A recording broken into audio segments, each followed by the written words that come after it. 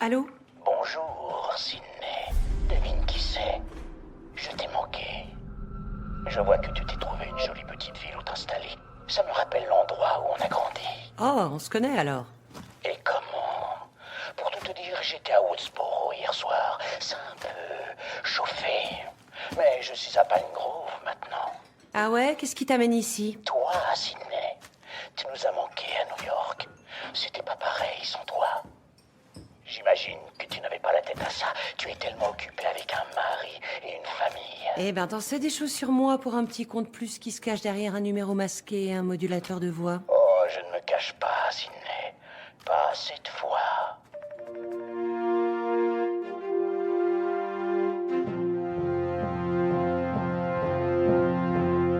Hello there.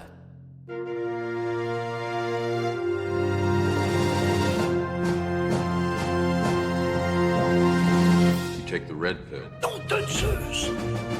Wingardium Leviosa.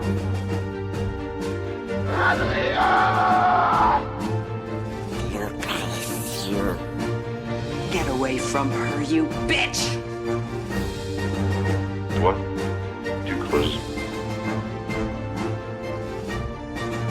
Hasta la vista, baby. Salut mes petits Ghostface Killer et bienvenue dans La Saga, le podcast qui analyse toutes les sagas du cinéma, un épisode à la fois. Je suis Sofiane Aït-Kassier. Cette semaine, avec mes invités, nous allons nous pencher sur Scream 7, le dernier opus de la saga Scream, qui a plus fait parler pour son drama dans les coulisses que pour son contenu. La saga Scream fête ses 30 ans, après avoir réussi à ressusciter après de longues années d'absence grâce à une nouvelle direction et un nouveau cast de jeunes acteurs à la mode, comme Jenna Ortega, qui ont ramené un vent d'air frais tout en donnant de la place aux anciens personnages. On a le scénariste des premiers films qui débarque à la réalisation. Et le futur semble lumineux pour Scream. Il ne peut plus rien nous arriver d'affreux maintenant. Et pour m'accompagner dans cette aventure, quasiment la même équipe que d'habitude. Elle est derrière le livre Slasher et le podcast Monster Squad, entre autres. C'est une habituée de la maison. Coucou Marie. Salut. Contente de parler de Scream. Contente de bitcher sur Scream parce que c'est tout ce qui nous reste. C'était quand le dernier? Le précédent, Ouais. c'était il y a un an. Hein. Enfin, un an avant la sortie de celui-là. Là, Ah oui, ils en sortent- depuis ils en le sortent 5, ils vraiment, en donc sortent un tous les ans en janvier, je crois. Ouais, donc ça si fait je dis pas pas de si bêtises. longtemps que ça qu'on s'est réunis pour parler de Scream. C'est Ouais, bien ce que je me je disais. pense, Je ouais. me suis dit, il s'est pas passé beaucoup de temps là. Même entre les 3 derniers, j'ai l'impression qu'ils les ont sortis. Il vraiment. est sorti trop rapidement, hein, Ouais. vu le résultat. C'est... Ouais, ils devraient peut-être prendre leur temps Ouais. un petit peu. Et enfin, elle co-anime le podcast Jumpscare et elle est la créatrice du festival Stabaton qui célèbre les slashers. Mylène, re-bienvenue dans la saga. Salut! Bientôt le retour du Stabaton. Oui, ça y est, on est en train de préparer une pyjama party d'enfer. Donc voilà, on a très hâte. Qu'est-ce que c'est alors le Stabaton? On va en reparler aux gens parce qu'on en avait déjà parlé pas mal de fois à chaque fois.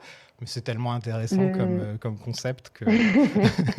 Le Stabaton, c'est un festival que j'ai créé maintenant il y a 4 ans, qui est dédié aux slashers. Du coup, comme son nom l'indique, puisque Stabaton, ça vient de Stab dans Scream 4, le fameux marathon des stabs, le Stabaton. Et du coup, durant 2 nuits, alors la première nuit, elle est un peu soft, c'est pour se mouiller la nuque. On diffuse des slashers et la deuxième nuit, on ne dort pas de la nuit, même si, bien sûr, il y a des petits malins qui ronflent entre 2 séances. Petit Et malin, heureusement, genre, je fais ce que je peux, Mylène. Hein. Non, mais moi aussi, je choisis toujours le film sur lequel je veux dormir en vrai. Il y en a même apparemment qui se font des matelas au fond de la salle, je ne dirai pas qui. Euh, Et du coup, on diffuse toujours autour d'un thème ou d'une franchise. On a fait Scream, on a fait Freddy. L'année dernière, c'était le Stabaton Beach Party. Et cette année, c'est le Stabaton Pyjama Party. On n'a pas encore dévoilé la programmation, mais du coup, il y a un lien avec la Pyjama Party. C'est tout ce que je peux vous dire pour l'instant. On n'a pas encore dévoilé l'affiche parce qu'elle dévoile beaucoup de la programmation. On attend, on espère avoir une avant-première et pour l'instant, c'est pour ça que je fais retarder cette annonce. Et donc, durant le Stabaton, en dehors des films, on a des tables rondes que je fais toujours avec Marie. Voilà. C'est vraiment, à nous deux, on a un cerveau pour deux et ça se passe plutôt bien. On est des jumelles diaboliques toutes les deux. C'est ça. Et donc, il y a aussi des stands, des tatoueurs, des libraires. On a aussi un bar associatif qui fait des cocktails qui sont toujours adaptés suivant le thème. On a un peu de merge, voilà. Et cette année, on a même un fanzine donc, qui mélange girly et slasher. Donc, tout ce qu'on veut, beaucoup de paillettes et de sang. Ah ouais, ça a beaucoup évolué depuis la première fois qu'on en a parlé, hein, quand même. Il y a au moins 4 ans, je pense. On en avait parlé pour la première édition, si je me rappelle bien. C'est vrai que chaque année, ça grossit et surtout, c'est aussi, c'est grâce aux fous qui m'accompagnent. Il faut rendre à César ce qui est à César, c'est-à-dire que j'ai de la chance d'avoir beaucoup d'amis qui sont tout aussi fous que moi, voire pire, et qui me proposent des choses et qui me suivent aussi dans mes folies. Donc du coup, ça fait que chaque année, on s'amuse beaucoup. Et je crois que tu n'as pas précisé où avait lieu le festival. J'allais justement Ah oui, demander. Ouais. merci Marie d'être mon deuxième cerveau. Le Stabaton a lieu du 10 au 12 juillet au cinéma René Fallet à Dompierre-sur-Bève. Et si vous vous demandez pourquoi Dompierre-sur-Bève, pourquoi la campagne, pourquoi pas Paris, pourquoi pas Lyon, c'est parce que c'est le cinéma de mon enfance où j'ai vu mon premier film et que j'ai fait le choix de soutenir le cinéma de mon enfance, de soutenir un cinéma de campagne. Et quel était ce film ? C'était Titanic que mes parents m'ont emmené voir. À mon avis, j'avais même pas 5 ans. J'ai été traumatisée quand le bateau est arrivé parce que je ne comprenais pas qu'il s'agissait d'un faux bateau. Et du coup, t'avais c'était pas quand encore même le chouette concept comme du première. bateau, quoi. Juste le Non, concept. j'avais pas le concept des enceintes surtout.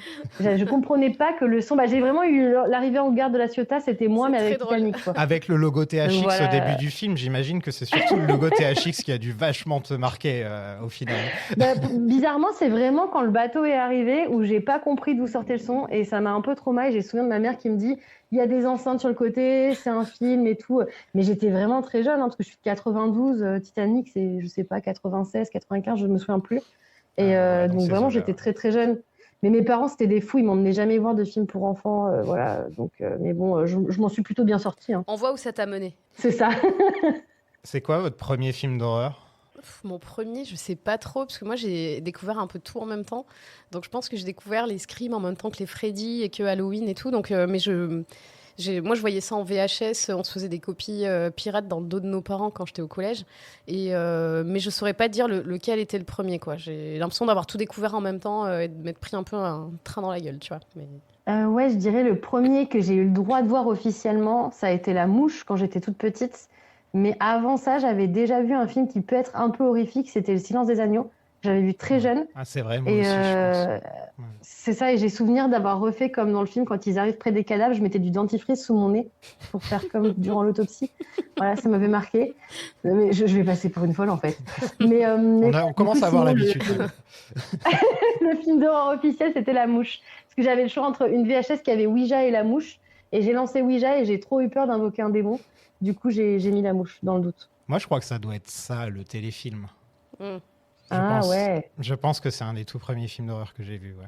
J'en parlerai un jour dans la saga. Je viens de faire un épisode de Monster Squad dessus, je fais ma petite promo. J'en parlerai pas dans la saga. Qu'est-ce que vous attendiez donc de ce film après avoir vu Scream 6 ? Rien, et on est quand même déçus. Ouais, rien du tout. Même Grave. Parce que c'est vrai que le 6, on avait été plutôt tiède quand même sur le 6. Le 6, moi je le trouve très mauvais. Et celui-là, j'ai l'impression qu'il est très mauvais aussi, mais encore dans un autre registre et pour encore plein d'autres raisons, quoi, qu'on va détailler. Et celui-là, t'as envie de le haïr. Ouais. C'est différent. Parce que le 6, il est mauvais, mais moi, perso, je l'ai vu en 4DX et j'ai beaucoup ri. Tu vois, je me suis dit, c'est pas bon, mais au moins, je me marre. Mais genre, celui-là, je suis en mode, déjà, j'ai pas envie de l'aimer avant d'aller le voir. Et en plus, il est pas bon. Genre, s'il te plaît, fais au moins bien ton travail. Si t'es un abruti, au moins, fais-le bien, tu vois. Mais non. Ouais, je me rappelle que Scream 6, j'avais trouvé ça quand même assez bof, quoi. En fait, le 6, moi je trouve qu'il y avait des promesses, je vais pas refaire l'épisode, mais il y avait des promesses qui n'étaient pas tenues, mais il y avait des promesses, donc on attendait peut-être un peu plus que celui-là. Et celui-là, les conditions aussi d'existence et de fabrication du film faisaient que, je pense, on partait au moins Mylène et moi avec un a priori négatif dessus, quoi. Et même le retour annoncé de Sydney, ça n'a rien changé pour vous ? Faut voir dans quelles conditions justement elle est revenue. Ouais. Je sais pas si tu veux qu'on en parle tout de suite. On en a parlé en off avec Marie, tu n'es pas prêt, on va être salé. Franchement, allez-y. Je veux dire, c'est pour ça qu'on est là aussi. Surtout pour Scream. On a eu des hauts et des bas avec Scream quand même. Depuis... quand même, là, c'est quand même le 7e dont je parle dans le podcast. Et si je dois faire un classement, au final, ce sera...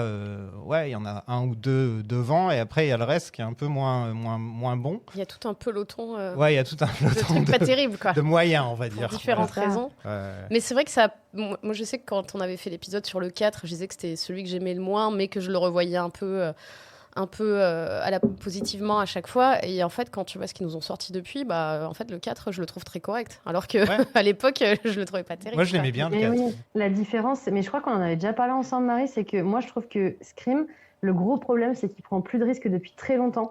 Et en fait, notamment sur le choix des tueurs. Et moi, j'en peux plus de voir un tueur qui sort en mode « Ah, vas-y, c'est Micheline, la voisine qui arrose tous les samedis à côté de la maison. » Et toi, t'es là, mais c'est qui déjà?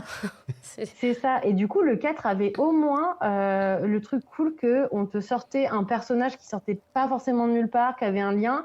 Et moi, par exemple, ça fait des années que je rêve de voir le tueur ou la tueuse du 4 revenir. Justement, pour moi, le 6, c'était la promesse d'un retour du tueur du 4. Parce qu'on n'a jamais su s'il était vraiment mort ou quoi. Et j'avais vraiment l'espoir qu'on fasse un vrai lien, pas forcément du coup de sortir tu vois Stu ni rien. Et je trouve que Scream, en fait, n'ose pas faire tuer l'un de ses persos principaux, ni faire revenir quelqu'un. Et du coup, c'est trop facile à chaque fois de nous sortir un lien qui n'existe pas. Et ça marche pas en fait. La force de Scream 1, c'est que c'était un bon moodonite. Tu peux revoir le film, l'apprécier. Là, pour moi, ça marche plus du tout. C'est vrai que même là, dans le dernier, c'était « Et voilà mon musée Scream ouais, mais ça... c'est mon daron, le tueur. » Alors, moi, vraiment, le musée Scream, c'était vraiment tout ce que je déteste dans le cinéma aujourd'hui, où là, ils te sortent littéralement les objets hyper fétichistes. Ah, ça, c'est le t-shirt de Randy, ça, c'est le couteau de machin, ça, c'est le truc. Et tu fais, mais en fait... Là, on a le manteau de Sydney. Ouais. Mais là, le fait, en plus de l'avoir en musée, et tu dis, mais c'est ça le vrai sujet méta du film, tu vois, c'est ce qui est devenu le cinéma. Et il le traite pas. Et tu dis, mais en fait, vous comprenez même pas ce que vous faites. Parce que Scream, il y avait quand même tout ce truc méta dès le premier, qui était tenu dans la suite, qui était une suite, qui voilà. Mais là, en fait, tu dis, mais vous êtes en plein dedans, mais vous le voyez même pas. C'est l'éléphant dans la pièce et vous le voyez pas. Et là, en fait, à chaque fois, ils sortent, c'est un legacy sequel, c'est une retcon, c'est une franchise, c'est un machin, juste parce que c'est des mots tu vois, c'est genre, ça va être ça notre axe. Et en fait, ils le traitent pas.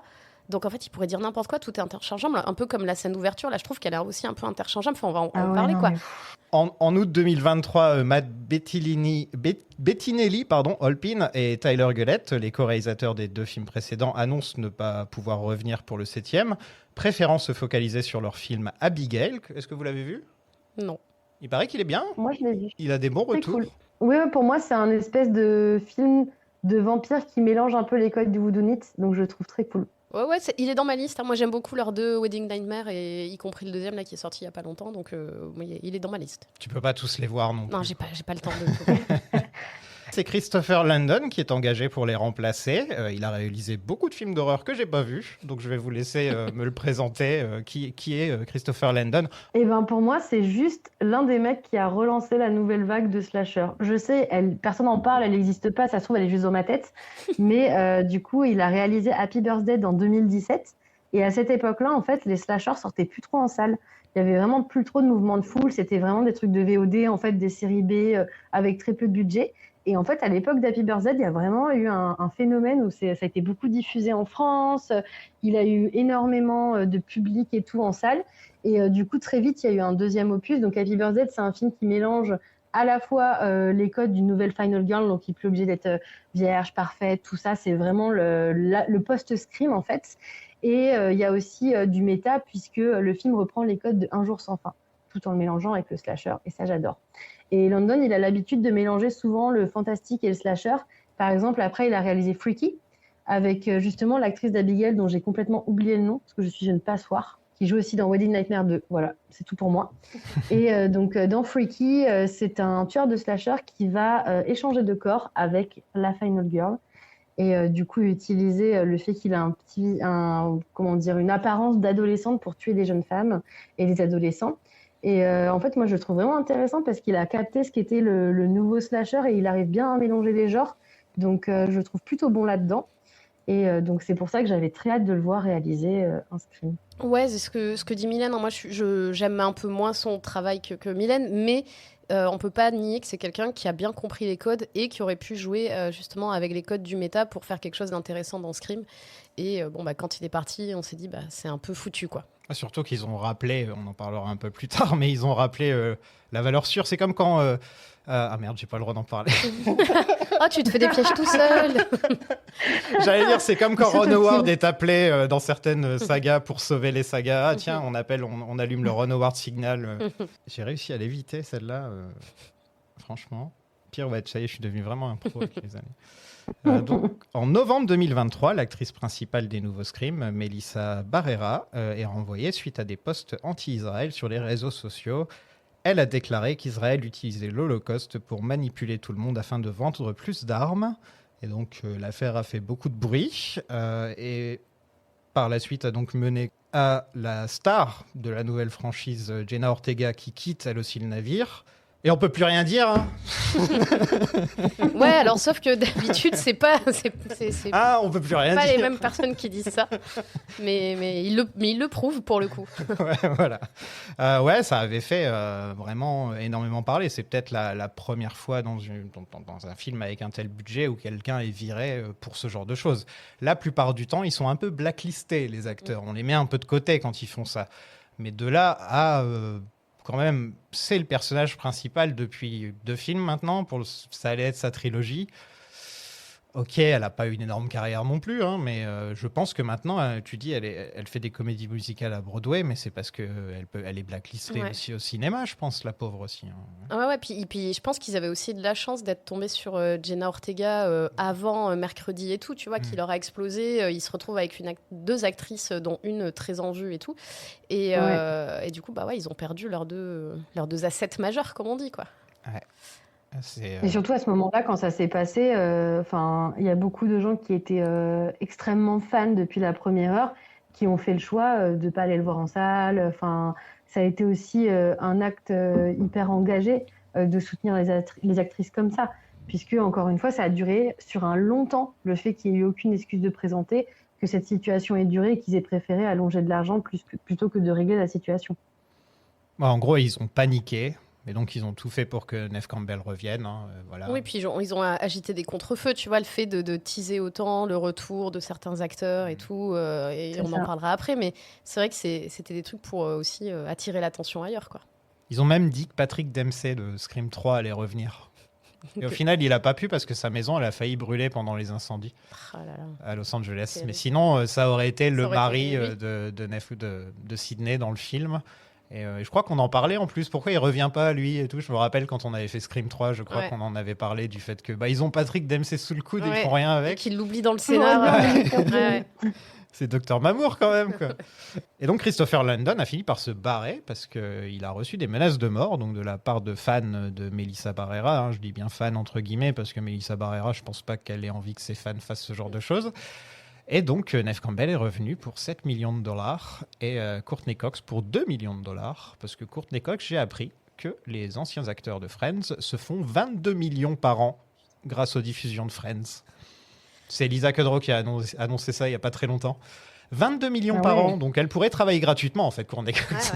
Après, en même temps, 2 millions pour le peu de tournage qu'elle a, parce que je pense qu'elle n'a pas eu beaucoup de jours de tournage sur ce Scream. Hein. Non, je pense pas non Donc plus. franchement, c'est quand même 2 millions bien gagnés facilement, quoi. Et entre Ça nous, va, ça se passe plutôt pas mal. Entre nous, Neve Campbell, elle est en pilote automatique en plus, elle en a rien à faire. Ou alors c'est peut-être le script ou alors la réalisation, la direction d'acteur qui est pas très bonne. Mais en vrai, tout le monde en a plus rien à faire. Franchement, là, tout le monde est là pour prendre son chèque et se casser. Hein.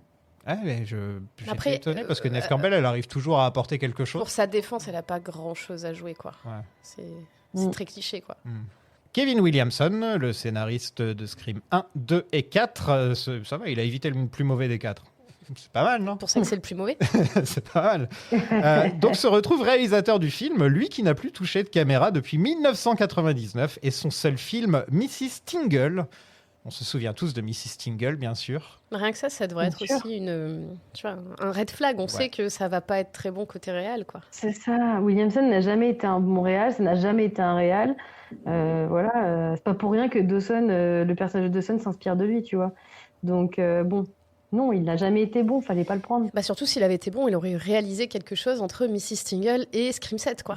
C'est ça. Alors qu'il ne fait que produire des séries maintenant. Il y avait des signes, tous les signes étaient là. Il fait pas genre Vampire Diaries et des trucs comme ça, je crois. Il a produit avec Julie Plec, qu'il avait rencontré sur Scream 1, avec qui ils ont produit aussi Dawson. Ah, ok. Donc Dawson et Vampire Diaries, c'est fait par les mêmes personnes. Donc en gros, c'est Dawson, mais avec des vampires maintenant que j'y pense. Donc ouais, ça tient debout. Totalement. Voilà, c'est tout pareil, la caméra en moins. C'est lui qui a convaincu Neve Campbell, apparemment. Hein, c'est pas les 7 millions. C'est pas de les 7 dollars. millions du tout, bien sûr. Non, elle est pas comme ça, elle. Elle est pas comme ça. Il est venu devant chez elle avec une boombox comme ça. Une fanfare Ouais, et 7 millions. Il a passé du Nick Cave dans sa boombox comme ça. S'il te plaît, reviens. Et il a coécrit le film avec Guy Busick, qui lui aussi a coécrit les 2 films précédents. Donc on a quand même les 2 générations qui travaillent ensemble. Je pense que Guy était surtout là pour qu'il y ait une forme de continuité avec les personnages précédents. Parce que Kevin Williamson, peut-être qu'il en avait plus rien à faire de Scream, j'en sais rien. Mais... Bah ouais, étant donné que c'est pas lui qui a écrit ces personnages-là, mais après, ouais, de toute façon, là, peu importe qui travaille sur le scénario, c'est quand même des gens qui vont avoir le cul entre deux chaises parce que ils avaient une nouvelle génération qui devait ramener, ils devaient se faire rencontrer les 2 générations. Donc en fait, ils ont eu ça sur Scream 5. Sur le 6, il y avait les nouveaux et il y avait une partie des anciens, mais pas Neve Campbell. Et sur celui-là, il y a Neve Campbell, mais les 2 actrices principales de la nouvelle génération sont parties. Donc en fait, tu fais un peu avec ton champ de ruines et t'adaptes parce qu'au final, les personnages qui reviennent du 6, c'est pas les plus intéressants. Quand on a le frère et la sœur, Mindy et Chad, qui sont... Moi, je les avais oubliés quand ils arrivent dans le film. Je fais, ah oui, c'est vrai qu'il y a eux. Et du coup, ils sont là parce que vraiment, parce que eux, ils ont signé. Faire le lien, quoi. Ouais, et ils ont pas d'intérêt. Du coup, ils sont avec Pour Gail. moi, c'est un running gag. Ouais, vraiment. Quand tu les vois arriver, tu dis, c'est pas possible, tu vois. Le frère, c'est le fils de Cuba Gooding Jr. Okay. Voilà. Donc il y a un peu de népotisme. Ah ouais, Ouais. Je ne savais pas. Pas étonné finalement. Ouais, c'est pas le plus mauvais. Hein. Bon, même si effectivement il s'est pris tellement de coups de couteau dans tous ces Screams qu'il devrait être mort depuis mais l'année. C'est ça, en fait, c'est des running gags de gens que tu dis, mais en fait, ils ont plus de cicatrices que de peau, ces gens-là, tu vois. Ouais, ils devraient au ça, moins boiter, moi, quoi. J'ai envie Ouais. qu'elle se taise, quoi. Genre vraiment, le meilleur moment, c'est quand ils lui disent de se taire, quoi. Enfin, moi, je la supporte plus, alors que pourtant, j'adore ce genre de personnage. Mais après, Williamson, je pense qu'on a tendance à oublier que même s'il a eu sa grosse phase, tu vois, années 90, où il y a plein de teen movies qui sont des Williamson movies carrément, en fait, là, il a plus de recul sur le cinéma d'horreur. Et ce qu'il a un peu fait qu'il était bon dans les années 90, c'est que du coup, il s'est nourri de tout ce qu'il a inspiré, de tout ce pourquoi il était fan, pour écrire. Sauf que là, j'ai l'impression que malheureusement, il n'a plus rien à donner. D'ailleurs, la preuve, le dernier Scream, il n'est pas vraiment méta, en fait. Après, faut se rappeler qu'il a écrit Scream et que l'année d'après, il a écrit Souviens-toi l'été dernier, qui n'est pas nécessairement mauvais, mais qui est un slasher très classique et qui est vraiment le type de slasher dont se moquait Scream. Donc, moi, j'ai aussi l'impression que le premier Scream, c'était un coup de maître, mais aussi un peu un coup de chance. C'est le projet de sa vie. Ouais, en fait, c'est le projet de sa vie. Et qu'en fait, c'est des mecs qu'on a aussi parfois montés sur un piédestal parce qu'ils ont eu une super réussite et que tu vois, la suite de sa carrière parle pour lui-même aussi, sans tout jeter, hein, mais qui a eu un très bon truc au début et que le reste n'est pas à la hauteur, quoi. Surtout qu'il s'est beaucoup répété. Quand tu regardes The Faculty, c'est exactement le même canevas que Scream, mais avec des body snatchers. Exactement. Vraiment. Genre, c'est les mêmes arcs narratifs, mais juste tu changes, en fait, les monstres, quoi. Bah, c'est fun, non, Faculty? Oui, c'est... Non, mais j'aime beaucoup. Alors, j'adore The Faculty. C'est l'un de mes films... Enfin, j'ai l'affiche dans ma chambre tous les jours, tu vois. Ah, ok. Mais si tu vois de manière objective, effectivement, The Faculty, pour l'avoir bien vu une fois par an, voilà, je trouve que c'est vraiment Scream version Body Snatchers. Oui, il a dupliqué sa recette à un autre sous-genre, quoi. C'est ça. Donc ça fonctionne super bien, c'est super. Mais ça fait pas de Williamson un bon scénariste. Non, c'est vraiment très étrange quand même. C'est-à-dire que, en fait, c'était une poubelle en feu, quoi, la production. Personne voulait l'approcher parce que si tu l'approches, on va tout de suite te dire que tu es anti-Palestine. si tu es réalisateur et que tu signes pour ce projet, tu vas tout de suite avoir une étiquette sur le front. Donc comment tu fais? Tu es obligé de recruter un ancien où là, tout le monde s'en fout en fait qu'il fasse ce film ou pas. Retourner comme ça, trouver le scénariste pour en faire un réalisateur, c'est tellement étrange. Et en plus, ils avaient réussi ce que peu de sagas ont réussi en général, c'est que tu le disais tout à l'heure, c'est Marie, ils arrivaient bien à mélanger le cast de jeunes et le cast d'anciens. Tu vois, quand tu regardes Ghostbusters, par exemple, tu t'en fous un peu des deux, en fait. Mais quand tu regardes Jurassic Park Dominion, tu vois, comment on mélange l'ancien cast et des personnages plus nouveaux, plus jeunes, ça ne fonctionne pas la plupart du temps. Et là, ils avaient réussi ça. Ils avaient réussi ça avec les deux personnages principaux et ils ont vraiment tout explosé. Le pire, c'est qu'en plus, ensuite, Skydance et Paramount ont fusionné. Donc, les gens qui ont viré Melissa, ils ont disparu du projet, c'est pas eux. Et Scream, c'est le tout premier projet de Skydance et Paramount ensemble qui sort au cinéma. Fusionner, c'est de dire, bon, on vire les mecs qui ont eu cette idée de génie. On a perdu Jenna Ortega, quoi. Ouais. Ouais. Au Après, final, Paramount, ils ont quand même des casseroles au cul. Hein. Ils ont ah quand bah même bien des sûr, petites ouais. casseroles Ouais, bien sûr. du même genre que Melissa Barrera. Enfin, on Mm. reste quand même sur des trucs. Ouais, il suffit que Trump envoie un tweet et il vire Ouais, tout le c'est ça. monde, quoi. Donc Ouais. oui, c'est clair que Paramount, ils ont fait virer Stephen Colbert là il y a pas longtemps. Ils font tout pour essayer C'est ça, de ils virer. savent très bien ce qu'ils font, quoi. Donc, Voilà, ils essaient- c'est pas anodin de participer au projet, quoi. Parce que pour le coup, Paramount, même si de base c'est pas eux qui ont fait ce move, on reste quand même sur des gens qui ont des idées assez similaires, quoi. Bah ouais, et là ils se retrouvent. Ils ont payé South Park des milliards de dollars et South Park leur pisse dessus toutes les semaines. C'est assez C'est drôle. à hyper voir. Ils font tout, ils font des deepfakes avec Donald Trump. Ils font tout pour se faire virer. Genre, vas-y, vire-moi, vas-y. Moi, j'ai déjà je crois qu'ils ont dépensé 2 milliards de dollars sur South Park. 2 milliards, ouais. C'est fou. Ouais. C'est Eh ben, tant mieux, incroyable. tant mieux. Je trouve ça magnifique. Ça, c'est un beau geste. Et au final, les changements de script, là, tout ça, là, parce qu'au final, ils devaient déjà avoir un script de quasiment prévu avec les deux frangines dedans. Bah, ça leur a coûté 500 000 dollars en plus. Voilà. Très bien. C'est vraiment, on est sur une super économie, quoi. Donc, un tweet d'une actrice, ça a mené à tout ça. Voilà. Ouais, le battement d'aile du papillon. Ouais, c'est ça. Et un mois avant la sortie du film, le script a leaké et tous les fans de Melissa Barrera ont spammé l'identité des tueurs partout, sur les pages Instagram, sur Twitter. Dès que Scream postait, la page officielle de Scream postait quelque chose, tous les fans Ah, j'adore. spoilaient le ça film dans les extraordinaire. réponses. Mais Ça, je trouve ça, que c'est c'était une la bonne meilleure commu. réponse. Ouais, c'est mieux que de C'est ça, menacer j'ai les trouvé gens. ça extraordinaire. C'est déjà plus sympa. Un budget de 45 millions de dollars, donc une bonne partie qui part dans les poches de Sydney. Je crois que le précédent c'était 35, hein, donc ouais, on en est là. C'est les deux actrices qui prennent. Ouais, c'est ça. le Oui, reste. la différence de 10 millions, elle est sur. Après, je pense que renégocier le contrat avec Jenna Ortega, ça aurait été compliqué aussi, je pense, parce qu'elle aussi, elle peut demander 5 millions ou quelque chose comme ça. Ouais, mais je pense que c'est entre guillemets un meilleur investissement parce que tu vas avoir un public plus large et plus jeune. Complètement, il n'y a pas Donc, photo. je dis pas que ça les vaut parce qu'on est sur des sommes complètement aberrantes, mais dans un système capitaliste complètement débile qui marche à l'envers, ça les vaut pour eux. Tu t'adresses pas du tout au même public. Et surtout, tu économises, si tu t'excuses et tu prends Jenna Ortega, tu économises énormément de com Ah et oui. de frais. Donc finalement, l'un dans l'autre.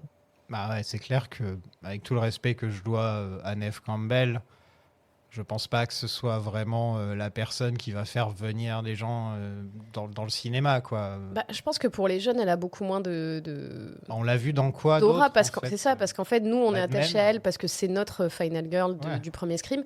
Mais en C'est fait, ça. si tu prends des jeunes qui même auraient vu la trilogie, ils l'ont vu dans le premier, dans le premier, enfin Elle a un petit le rôle. 5e qui était le premier, ils l'ont pas vu dans le 6, donc pour eux, elle a pas de signification, ils ont pas d'attachement. Alors que Jenna Ortega, tous les gamins l'ont vu dans Mercredi sur Netflix et ils vont aller la voir au cinéma si elle est dans un film d'horreur, quoi. Bah ouais, y a pas photo, quoi. Pareil pour Courtney Cox, hein. Bon. Non, mais en fait, c'est le moment où ces personnes, elles deviennent des actrices pour nous qui sommes les nouveaux vieux, quoi. Ouais. Bah, Ouais. c'est ça, et on qu'en est clairement fait, les nouveaux vieux. Ouais, on est les vieux des jeunes. Ah mon Dieu. Et au box-office, ça a fait 214 millions. Plus gros succès donc des 3 films depuis le retour de la saga. Le meilleur démarrage de la franchise. Le premier Scream a passé 200 millions à l'international. Donc l'appel au boycott a très bien fonctionné, comme vous pouvez le voir. Ça me fait mal au cœur. C'est clair. Franchement, je suis En, dégoûtée. en fait, ça fait mal autant sur les conditions de production du film que sur la qualité, en fait. Ouais. C'est doublement pas C'est ça. mérité. Peut-être qu'il est sorti au bon moment aussi, hein, quelquefois c'est ça. Après, le truc, c'est que nous Non, aussi... je pense qu'ils ont charbonné. Puis le en truc, com. c'est que nous aussi, on a suivi tout ça, mais il faut se dire qu'il y a beaucoup de gens qui n'ont pas suivi et aussi beaucoup de gens qui s'en foutent, en fait. Et Ouais. les chiffres le prouvent, quoi, tu vois.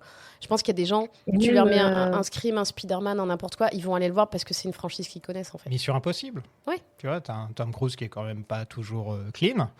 Et pourtant, on va tous le voir. Hein. C'est le meilleur exemple, je trouve. Mais à même, ce on se niveau. rend pas compte. Scream, c'est quand même passé. Neve Campbell, elle est passée à Quotidien.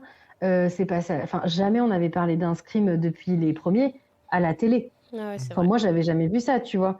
Donc là, ils ont tout misé en termes de com et tout pour qu'un public plus large, qui justement avait pas eu vent de ce qui s'était passé, aille voir le film. Je pense que vraiment, ils se sont donnés à fond pour être sûrs que ça marche, quoi. Scream est devenue la 6e franchise d'horreur à passer le milliard. Donc bravo Scream. Est-ce que vous arriverez à trouver les 5 autres franchises qui ont passé le milliard d'horreur, hein, je précise. Ah, je sais pas. Ah. Ah, le milliard, c'est des grandes franchises. Bah, c'est toutes les franchises d'horreur. Il y en a que 6 qui ont passé le milliard. Bah, Halloween. Non, Non. Ah Non. ouais. Je Non. dirais vendredi 13. non. Si Halloween n'a pas passé. Pensez on plus va- récent en fait. Franchement, elles sont toutes assez récentes. Ah, tout est récent. Ouais, il y a Ah, la c'est classique. récent. Il y en a une, c'est une classique. C'est la classique, c'est normal qu'elle soit première. Voilà, c'est Attends, récent. Attends, on est Une nuls en franchise fait. récente. c'est de la science-fiction. Mais ouais. C'est Alien. Oui, Alien, Oh. bien sûr. Ensuite, c'est une adaptation de jeu vidéo. Ah bah c'est Resident Evil. Tout à fait. Oh là là. Ensuite, c'est un truc plus récent, on va dire. C'est quelque chose qui était assez à la mode il y a une dizaine d'années. Insidious Comment ou Conjuring. Conjuring, tout à Conjuring fait. ou Insidious. Conjuring. Ensuite, c'est Stephen King. Bah, c'est ça. Ça. Non Oui, c'est ça, oui. Ouais. Oui. C'était pas Christine. Hein. Oui. Christine qui prend une Il y balle a un perdue. bug. Je me suis dit ça. Et enfin, c'est une des sagas les plus importantes de début 2000, on va dire, jusqu'à encore maintenant, mais c'était c'est une saga qui a vraiment changé beaucoup de choses et qui ne coûtait pas cher quand c'est sorti. So. Tout à fait. Donc voilà, c'est Alien, Resident Evil, Conjuring, So. et Scream désormais. Donc ouais, il n'y a pas les sagas classiques. Ouais, ouais. Mais qu'on tu vois, je imagine. pensais qu'Halloween y était parce que Halloween, il y a quand même beaucoup de films. Ah, peut-être que je me trompe. Et, Après, ah non, mais après, c'est possible. Passer le milliard, c'est difficile hein, quand même. Ouais, bien sûr. Non, c'est vrai que le milliard, c'est énorme. Ouais. Ouais, Moi, mais j'avais donc- pensé à Vendredi 13 parce que je sais qu'ils avaient fait des super démarrages, mais le milliard, c'est vrai que c'est énorme. Mais tu te dis que des sagas avec 14-13 films pourraient y être. Mais c'est vrai qu'après, il y en a qui ont Ouais. tellement bidé ou des trucs qui ont été aussi Direct en ou DTV. vidéo. Donc forcément, ça te disqualifie. Quoi. Mais il y en a quand même, c'est assez étonnant, j'ai envie de dire quand même. Ouais, tu me dis Halloween. Ouais, je pensais que ça aurait passé le milliard. Quoi. Ouais. Après, je suis pas étonnée qu'Alien, tu vois, soit dans le top. Oui. Parce qu'on est sur un large réseau de Ouais, diffusion, ça C'est touche des un public blockbusters hyper maintenant. large. Ouais. C'est ça, donc ça, je suis pas étonnée, tu vois, pour le coup. Mais tu vois, il n'y a pas Evil Dead par exemple. Ah bah là, je suis vraiment n'a pas étonnée. tapé le C'est- milliard. Ouais, mais Voilà, attendez pas que le étonnée, prochain bon. sorte. Hannibal n'a pas non plus tapé le milliard. Tiens. Sur Rotten Tomatoes, donc aux États-Unis, la critique lui donne 38% de critiques favorables. Et le public, 74% de critiques favorables. C'est beaucoup trop, je pense que c'est faux. Donc il y a un Je énorme pense que écart ces gens entre. n'ont pas la vue. Il y a un énorme écart entre les critiques. Je pense que c'est les stagiaires de Paramount qui sont une armée à devoir remplir, à faire des faux C'est des comptes. bots. Et c'est des bots et des stagiaires, je pense. C'est des singes derrière des Pour ordinateurs. moi, c'est pas des vraies personnes. Hunter qui met juste des bonnes notes, en fait. Alors que sur Allociné, on est pour une fois Ah. dans le parfait, c'est-à-dire que les critiques publiques et critiques sont les mêmes. Combien 2,4. Ouais, c'est sur 5, ouais, c'est beaucoup. C'est beaucoup. Parce que toi, tu as publié tout à l'heure ton. Moi, j'ai mis 2 étoiles. Sophia a publié 2 étoiles sur Story Insta. Je lui dis, c'est quand même beaucoup, 2 étoiles. Ouais, grave. Ouais, ça va. Vous êtes choqués de voir la différence entre le public américain et le public français, ou est-ce que tu penses vraiment que c'est des bots ou...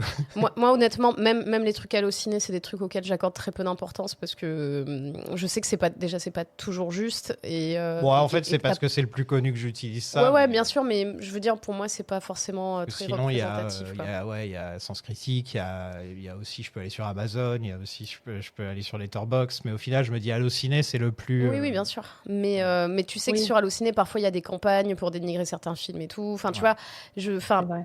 t'as quand même des communautés derrière certains trucs. Donc, moi, les reviews comme ça, même Rotten Tomatoes et tout, tu vois, il y a des fois des films qui ont 90-94% et c'est des énormes merdes. Et c'est du Donc, Zack Snyder, tu vois. Ouais, non, mais je crois qu'on en avait parlé une fois dans Capture Mag. Je crois que c'était pour Primate, qui est quand même pas. Il y a des Ouais. gens qui peuvent le trouver fun, mais c'est pas du tout un bon film. Et je crois qu'il Oui, était c'est à pas un grand film. 94% ou je sais pas combien sur Rotten Tomatoes. Et tu dis, mais ça n'a aucun sens en fait. Mais c'est des, tu sais, et on te le vend comme ça en disant, ouais, le film le mieux noté parce qu'en fait, à ce moment-là, il y a eu un pic de trucs. Donc c'est des. Je pense que c'est. Enfin, moi, c'est des indicateurs qu'en tout cas, personnellement, je. Non, il va je falloir ne qu'ils suis pas. travaillent un peu là-dessus, parce que si en 5 minutes, il y a 2000 personnes qui postent d'un coup 5 étoiles, C'est bizarre. faudrait peut-être s'y intéresser. Moi, je vais juste caresser Cooper alors. Magnifique. Il vient de se coucher devant le micro. Il est Oui, si il vient de beau. s'allonger devant Marie. Ah là là. Tu rates quelque chose. Ah, mais j'ai mon chat en face, du coup, je suis un peu moins triste, tu vois, de rater le chat. Mais la dernière fois que j'ai vu Mylène, c'était chez elle et son chat me faisait tout plein de câlins, donc j'aime bien. Il t'a fait une déclaration Ouais. d'amour. Personne me croyait après. Quand je suis retournée au festival, tout le monde était c'est fou, il fait pas ça avec nous. Je sais pas, écoute, je suis l'élu. Cooper, c'est un lover, hein, tu le C'est sais. vrai. Ah ouais, Cooper, Cooper il prend des pauses et tout. Ouais. Il offre son Oh ventre. là là. Il offre son ventre à tout le Au Au monde. premier venu, hein, vraiment, Ouais, il est c'est un pas. labrador. quoi. Surprise, Sydney. Je te laisse digérer l'info. Oh, je crois bien qu'il va te falloir une minute. Je vais attendre. Bien essayé, Stumacher est mort. Sid, je vais devoir te contredire sur ce coup-là. Oh, mais c'est dingue. Ça me fait tellement plaisir de te voir. J'ai toujours eu un faible pour toi, Sydney. Hein? On va tellement s'amuser, comme au bon vieux temps. Sauf que là, il n'y a plus Billy, ni Randy, ni Tatum. Nous sommes à Woodsboro. Tiens, ça faisait longtemps qu'on n'y était pas allé à Woodsboro. C'est se dit la seule personne dans la scène qui en a quelque chose à faire. Un couple de fans de Stab vont dans le pire Airbnb du monde. Est-ce que vous saviez que ça existe vraiment? Oui. Ouais, c'est un vrai Airbnb. Oui, Oui, parce qu'évidemment, moi, quand je l'ai vu, je me suis dit, c'est pour Mylène. oui. Non, mais un jour, on ira manger des pop-corn dans la maison. On ira toutes les deux. Et c'est pareil, il y a le scotch avec les corps, etc. Ou alors Je c'est sais pas juste s'ils un ont- Airbnb Je classique. sais pas s'ils ont poussé ça jusqu'au bout, mais oui, en tout Non, cas, tu pouvais louer. quoi. de base, c'était pas un truc. Il y a pas, en tout cas, dans les vidéos, quand ils l'avaient annoncé, tu voyais des acteurs qui faisaient un peu la promo, mais il n'y avait pas de déco. C'était vraiment la maison telle qu'elle était dans le film, quoi. C'était pas un musée comme là, en tout cas, avec l'automate que tu vois. Non. Quoi. Ouais, c'est vrai qu'on Ça a n'a pas été assez de rajouté. musée Scream dans ces films. Je trouve qu'il faudrait plus de musée Scream. J'espère que le prochain, ce Plus sera de musée. entièrement dans un musée Scream, tout le film. Ils ont pas le droit de sortir. Ni au musée, genre version Scream. J'adore. Donc c'est la maison de famille de Stu, où les meurtres ont eu lieu à la fin du premier film, parce que Scream, une nouvelle fois, ne sait pas tourner la page, ne sait pas se réinventer. Il faut que dès la première scène, dès les 5 premières secondes, on ait une référence au premier film, hein, bien sûr. Et c'est vrai que j'ai un peu levé les yeux au ciel. Bon, le mec est fan de True Crime, podcast et tout, donc c'est assez moderne au moins. Il y a un peu ça, mais j'imagine qu'il y a plein de films d'horreur qui ont déjà dû faire mieux. Mais même le premier Halloween de la trilogie de David Gordon Green avait des personnages qui étaient des podcasters True Crime, tu Ouais, vois, voilà. qui allaient voir. Enfin, et ça date mieux fait, d'il y a hein. presque 10 ans. tu Ouais, vois, donc- c'était bien il y a 10 ans. quoi. Ouais, J'ai c'est- commencé à faire des Ah. podcasts en 2016, donc voilà. Non, mais c'est ça, en fait, le podcast True Crime aujourd'hui, c'est plus très novateur, quoi. Non. Donc on est Même si c'est là-dedans. un peu drôle, on souviens-toi l'été dernier, le remake. J'avoue, ça m'a fait un peu rire. Alors là, Voilà. quand même, pire des films, celui-là. hein. Et ben moi, je l'ai adoré, mais j'assume totalement. Je suis sur ma colline toute seule. Je l'ai pas vu. Est-ce que Buffy est dedans ou pas? Oui. Avec un mais magnifique pas vraiment Buffy. de-aging. Du de-aging sur Buffy? Enfin, Écoute, je suis faible, Marie. Je suis faible, C'est- ok, d'accord. J'ai failli Il y a mettre un un t-shirt t-shirt Buffy Buffy, pour même. toi aujourd'hui. Et puis je me suis dit, bah non, il y a Jeff de Community dans le film, donc je vais mettre mon t-shirt Community. Voilà. Moi, j'ai mis mon t-shirt Jaws qui n'a rien à voir. Rien à voir là. Pour Vraiment. le coup. J'adore. La meuf, elle est venue, tu sais. Salut, c'est pour les dents de la mer. Ah, je me suis trompée. J'ai déjà fait les dents de la mer, c'est trop tard. Et j'espère qu'il n'y aura jamais de suite. Là, c'est fini. Il y en a eu 4. J'espère qu'il n'y en aura pas plus. Ce serait trop bizarre qu'ils annoncent d'un coup, tiens, on va faire un remake ou un reboot des dents de la Trop mer. bizarre. En fait, c'est le cousin du requin du 1 qui est venu pour venger sa famille. L'arrière-petit-fils. C'est déjà un peu le pitch du 4, hein, Le donc pitch du 4. c'est bon, voilà, Oui, on c'est est, vrai. on n'est C'est pas vrai, ça c'est vrai. après. Hein. Tu sais, tu veux faire une vanne, mais en fait, ils l'ont déjà fait dans un Mais- film. Et le poster de ce J'avais film presque oublié. disait, cette fois c'est personnel. Eh, mais oui, bien Parce sûr. que le requin, en Ouais. gros, cette fois c'est Le requin, personnel. il est là, genre, toi, Franchement, avec tous les meurtres récents autour de Stab et de Sydney, c'est-à-dire que tous les 2-3 ans maintenant, il y a des meurtres autour de ça, est-ce que vous iriez à Woodsboro dans un Airbnb où il y a des meurtres encore de nos jours? Je veux dire, c'est pas comme si c'était Oui. il y a 30 ans, tu Nous- vois, ou il y a 50 ans. nous là, dans une société où c'est une fiction, Mylène et moi, on irait. Si Oui. c'était un vrai truc, par exemple, je suis pas sûre de vouloir aller dormir dans la maison de Xavier Dupont de Ligonnès. Tu vois. Non, voilà, c'est ça. Parce qu'avec des vrais morts, moi, je trouverais Oui. ça gore. Parce que Mylène et moi, on aime bien ça parce que c'est de la fiction. Ou la Et- maison, comment C'est vrai. c'est, d'Amityville, là, la maison où il y a eu... ouais, il y a ça Ouais. aussi. Ouais, ça. ouais, voilà. Ouais. Si c'est des trucs avec des vrais meurtres, tu dis bon, non. Alors qu'un décor de cinéma, oui, j'irais dormir dedans. La parce que c'est maison rigolo. de Sharon Tate ou des trucs comme Ouais, ça. voilà, tu vois, je des- me des dis, endroits où il y a eu Après, des- Amityville, tu m'aurais demandé quand j'étais ado, je t'aurais dit j'y vais. Oui, ado, Mais on là, a cette maintenant, façon de se dire, viens, on va traîner dans un cimetière comme ça, juste pour le délire, tu vois. Donc, Ah, tu m'aimes, j'ai une fascination pour Amityville qui était vraiment lunaire. Du coup, là, je t'aurais dit ouais. Mais bon, effectivement, la différence, c'est que là, on sait que c'est de la fiction et c'est drôle pour ça, quoi. C'est pas pareil, quoi. Bon, j'avoue, quand je suis allé à San Francisco, je suis allé à l'endroit où le taxi s'est fait tuer par Zodiac. Voilà, j'avoue. J'étais juste à côté, je vérifiais sur mon téléphone. Ouais, mais t'as pas dormi là, quoi. Non, j'ai pas dormi là. Voilà. Ça aurait été bizarre. J'étais pas dans le taxi non plus, tu vois. J'étais pas dans le taxi. T'as donc, pas fait une C'est reconstitution. pas pareil. Voilà. Oui, voilà. Parce que là, il y a quand même les scotch par terre, tu vois, c'est très différent. C'est pas juste tu prends une maison et quelqu'un te dit ah bah tu sais qu'il y a eu ça, ce qui peut arriver dans la vraie vie, genre tu savais que quelqu'un Non, est c'est mort trop, dedans, là. machin. C'est trop. Mais là, il y a carrément le scotch par terre, c'est un autre level, quoi, je trouve. Ça me fait penser, quand j'étais à Los Angeles, juste après San Francisco, j'étais dans un Uber et le mec, il commence à me parler de tous les meurtres qu'il y a à Los Angeles. Et en passant, il me fait bah, tu vois, le Black Dahlia a été retrouvé là, tu vois. Et il me faisait comme. On était en train de passer en bagnole et il me disait et puis là, Manson, il a fait ça, et puis là, ceci. Vraiment une bonne discussion Le de mec, chauffeur de il taxi, quoi. Je me disais, s'il vous plaît, est-ce que vous pouvez me déposer, s'il vous plaît, parce que là, je sais pas où vous m'emmenez, quoi. Il était trop bizarre en plus. C'était pas genre. Jovial, c'était pas jovial. Ça ferait c'était- peut-être une meilleure ouverture de Scream, tu vois. C'était plus, tu vois là, on a retrouvé le Black Dahlia là, ok. Et là, c'est là qu'on va Hein te retrouver. Ouais, Sofiane. voilà, il y avait un côté 3 petits points, tu vois. Il disait non, je veux pas de 3 petits points. Je veux même pas l'info, en fait. T'es tombé sur un serial killer, en fait. Il y en a en plus aux États-Unis, donc beaucoup plus qu'ici. Donc c'est vrai que la Californie, je crois que c'est un des États où il y a eu le plus de tueurs en série de l'histoire. Je crois que dans les années 70, il y avait genre 50 tueurs en série qui traînaient dans le même endroit. Super. Heureusement, il y a eu Ils des avaient avancées une au niveau association. des empreintes digitales et de toutes ces choses-là, parce que sinon, ouais, moi, je serais pas allé en Californie, quoi. Hein, c'est hors de question. La blonde se défend mieux que les blondes habituelles, mais bon, la blonde meurt quand même parce que c'est la blonde. Et cela dit, il y a une blonde qui se défend dans ce film aussi. Ce qui est rare. D'habitude, c'est les brunes dans Scream. Ouais, mais bon, si on en est là. Ah, le C'est twist ça, du film, c'est que cette fois, il y a une blonde qui est. En fait, c'était une perruque, elle était pas vraiment Elle était blonde. pas vraiment blonde. T'es Oh mon brune Dieu. dessus. Il y a tellement peu de choses à rattraper que tu t'es fié quand même en disant il y a une blonde qui se défend. On a tellement vu des scary movies et des trucs comme ça que quand Ghostface est apparu pour foutre le feu dans la maison, j'ai trop imaginé qu'il allait prendre feu lui aussi en courant, genre ah, comme un loup. Non, dans un Scary Movie, il aurait enflammé ses pets, je pense. Oui, c'est vrai. Ouais, il aura peut-être, on sait Dans pas. Scary Scary Le Movie, prochain il sort enflamme bientôt. Donc, son masque avec un truc à mouche, je crois, dans la scène d'intro. donc les intros des films Scream sont souvent les scènes les plus marquantes de la franchise. Est-ce que c'est le cas pour celle-là? Alors, moi, je l'aime pas du tout, cette scène. Déjà, elle a été très teasée dans les trailers, les teasers et tout ça, ce qui est quand même très con parce que tu vas aussi voir un Scream parce que t'attends la scène d'ouverture. Donc, à partir du moment où on te la montre, elle marche moins bien. Et moi, il y a un truc que j'aime pas, je sais pas si Mylène sera d'accord avec moi, mais je trouve que cette mort, elle est hyper cruelle, mais dans le sens où, je sais pas, le fait de tuer une femme comme ça, bon, en plus, il y a vraiment le truc phallique du couteau qui est au niveau du bas-ventre du Ouais. tueur, qui est vraiment c'est un truc de slasher dont Scream devrait se moquer ou devrait détourner, donc là, c'est très premier degré, et le fait qu'il lui mette le feu vraiment et qu'il la regarde brûler, je sais pas, moi ça m'a mise un peu mal à l'aise. Alors peut-être que ça me fait trop penser, tu vois, à des féminicides, à des trucs comme ça, mais tu vois, je sais pas, moi ça m'a mise un peu mal à l'aise. Et en plus, la scène d'ouverture, elle est même, bon ok, elle se passe dans la maison de Stu parce qu'ils avaient beaucoup teasé le retour de Mathieu Lillard, mais je la trouve très décorrélée du reste. Évidemment, c'est juste un lieu, quoi. Et c'est des personnages qui n'ont rien à voir. Et je me dis, cette scène, en fait, ils auraient pu la mettre au début de n'importe quel autre Scream. Elle se serait intégrée aussi mal. Je trouve que c'est un peu mal foutu, quoi, parce qu'après, personne ne revient dans ce lieu. Non. Et puis le feu était aussi beaucoup teasé dans la bande-annonce, sur l'affiche et tout ça.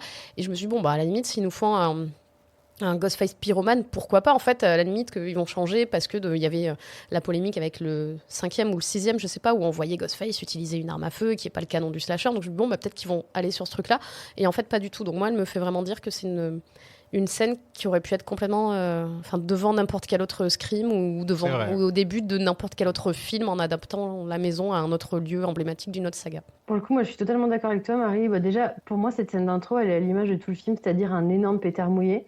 Je rejoins ce que tu as dit sur le fait que, en fait, ce que j'ai pas compris, c'est que j'ai l'impression que la bande-annonce, le teaser, mettait toute la scène d'intro.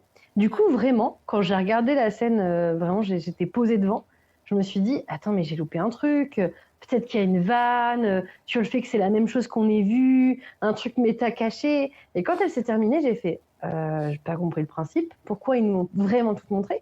Pourquoi nous dire que la maison brûle alors que ça aurait pu être un retournement? Ça m'a perdu plusieurs fois. J'ai trouvé ça intéressant que le côté tu rentres dans la maison, il y a des questions, elle s'en fout un peu d'être dans cette baraque. Mais en fait, cette scène d'introduction, c'est pas une scène d'intro de Scream. Scream, ça a toujours été connu, justement parce que même quand on n'aimait pas trop les scènes d'intro, elles restaient quand même mémorables. Et là, pour moi, c'en est pas une, comme dit Marie. En fait, on dirait que c'est presque un film indépendant de l'autre film, comme s'ils n'avaient pas écrit le scénario à ce moment-là, et qu'ils avaient fait un truc en mode, bon, bah, on peut quand même le rajouter, c'est pas grave si le scénario, il bouge en cours de temps. Sauf que non, ça ne marche pas. Je trouve que ça sert pas à grand-chose de brûler la maison de Stu, et finalement, c'est tellement mal fait que cette maison que moi, j'aime énormément, parce que ça symbolise aussi Scream, et ben, ça me fait pas grand-chose de l'avoir brûlée. Donc, ça veut dire quand même qu'il y a un loupé. C'est censé appeler à la nostalgie, puisque tout le film se base là-dessus, et essaye de nous tirer les larmes, la joie, la peur, en ramenant plein d'éléments du premier. Et là, ça fonctionne pas. Et je suis plutôt aussi raccord avec toi, Marie, sur la violence, effectivement, de cette scène d'intro. Et pour moi, c'est en fait, j'ai l'impression qu'ils n'avaient pas grand-chose à dire, qu'ils n'avaient pas grand-chose à montrer, et qu'ils se sont dit que pour alpaguer un public plus jeune, ou un public qui n'est pas forcément le public de Scream, ils allaient en mettre plein la vue. Sauf qu'en fait, comme tu l'as dit, c'est pas Scream. Scream, c'est pas ça. Scream n'a pas besoin d'en faire des caisses. En fait, le truc drôle, c'est le jeu de chat et de la souris, c'est le retournement de situation, comme l'avait fait Scream 4 avec tous ces films dans le film, voilà. C'est qu'il y a toujours un truc qui te surprend. Comme même Scream 6, s'il n'est pas parfait, le fait que le tueur finisse par se faire tuer, ça, c'était cool aussi, ça m'a plu. J'ai bien aimé qu'il y ait des petites références comme ça au Diallo quand il arrive chez lui. Là, non, désolé, le Airbnb, oui, il existe dans la vraie vie. C'est le seul truc qui est à peu près cool. Sinon, le reste, un ado de 12 ans aurait pu l'écrire avec une IA. Désolé. Moi, je pourrais fixer la scène très facilement, c'est que tu remplaces le couple par les jumeaux. Et Ouais. voilà, au moins, tu as un lien direct. Ouais. Et puis, Gail, elle a une raison d'aller... Totalement. Voilà, il y a puis- quelque chose. Et puis tu tues des personnages, alors ils sont pas tant emblématiques, mais en tout cas des personnages qui sont là depuis un certain temps, parce que là en fait tu nous tues deux illustres inconnus. Après, c'est les deux seuls jeunes qui restent du cast original. Ouais, mais bon, est-ce qu'on Voilà. en a vraiment Il besoin? faut prendre c'est ça, il faut prendre des risques en fait. On ne tue plus aucun personnage important dans Ouais. Scream depuis longtemps. Bah, ils En ont fait, tué on pouvait Dewey quand même. faire venir Ils ont tué Dewey dans le Oui, mais alors, dernier. Dewey, est-ce qu'on peut en parler? C'est la pire mort du monde. C'est-à-dire Ouais. que Dewey, en fait, on en fait un personnage qu'on aime presque plus, qui est un loser, qui a tout perdu, et qui, du coup, vu qu'il a tout perdu, c'est pas grave s'il meurt. Ouais. Il a une mort de merde. Pardon, j'ai dit un gros mot, mais il a une mort pourrie. Et il n'y a même pas Gail. Si Dewey avait dû mourir, il aurait fallu qu'il ait une mort comme dans Scream 2, quand tu es persuadé qu'il va mourir. Désolée, Exactement. mais en fait, là, c'est rendre un personnage insipide et vraiment en mode on n'a plus rien à en faire pour le tuer. Bah non, ça marche pas comme ça en fait. Tu peux tuer et d'ailleurs Scream 1 nous l'a prouvé, on peut tuer un personnage qu'on aime et qui est à son top. Sauf que depuis Scream 1 et même en vrai le 2, que le 2 n'ose pas tuer Dewey du coup, qui devait mourir au départ dans le 2, bah on n'ose plus rien faire. On ramène juste des personnages pour les tuer, c'est tout. Bah là, par exemple, il y a tout le cast d'adolescents qui sont vraiment juste là pour mourir, en fait. Mais en plus, Tout le ils cast, sont- hein. ils- Tous les adolescents. Ils Absolument n'existent tous. pas, ils sont pas caractérisés. Tu vois, Mylène, tout à l'heure, tu parlais du cast et de la nouvelle génération du 4. Au moins, c'était des personnages qui étaient caractérisés, auxquels tu t'attachais un peu. Ils avaient tous une personnalité. Tu vois, ils faisaient un stabaton. Tu vois, c'était des gens qui faisaient des trucs qui étaient définis par le club de vidéo du lycée. Enfin, c'était des gens qui avaient... c'était des gens, en fait. Et Ouais. là, tu as des Là, personnages... c'est Mais sauvé c'est par pas le pour rien gong. que Kirby fait partie des tops des personnages aussi. Ouais, hein. ouais. Et Kirby, que, elle est très appréciée. et que les gens ont aussi pas mal espéré un retour de Kirby, ouais. Ah oui, Kirby, Aujourd'hui, elle j'ai était du cool mal à aussi. croire que Kirby. quelqu'un va demander le retour d'un perso du 5, quoi, tu vois. Bah, personne s'en rappelle, et puis de toute façon, ils sont tous morts, quasiment. Donc, Bah, ça, c'est aussi un problème avec la saga, c'est qu'au final, il y a toujours que Gail et Sidney qui s'en sortent, donc c'est un peu difficile de garder des personnages. Là, ils avaient réussi à en garder 4 en vie, Mm. et ils en ont perdu 2 comme des cons. Ouais, Et, ouais. Mais du ils, coup, se ils sont retrouvent obligés ils se retrouvent avec les plus chiants. c'est ça, ils sont obligés de faire attention à deux personnages dont tout le monde se fout, j'imagine, parce que qui les aime, quoi. Alors quoi, on va fuir? Oui, on va fuir. Je croyais que la grande Sydney Prescott ne fuyait pas. Avec toi, c'est différent. Ils ont tué Anna, maman. On peut pas juste s'en aller. Écoute, je sais comment ça se passe et si on reste, il y aura encore plus de morts. Désolée, je vais pas prendre le risque. qu'il t'arrive quoi que ce soit. Donc Sydney est désormais mariée à Jeff de Community et a une fille, Tatum, qui a elle aussi un mec qui passe par la fenêtre, comme dans Dawson, comme dans Scream, comme dans tous les films. Sur la même musique, en plus. Ouais, on est dans les années 80. En fait, j'ai l'impression que ça se ressent que c'est écrit et réalisé par un mec qui est un peu bloqué en 96, un peu. Alors qu'en vrai, il ferait des sextos ou il ferait... Tu vois, je sais pas. Et le côté, il s'enverrait des dick pics, exactement. Ouais. Mais le côté Sydney veut pas que sa fille couche avec un garçon. Mais on est en quelle année, les amis? Bien sûr.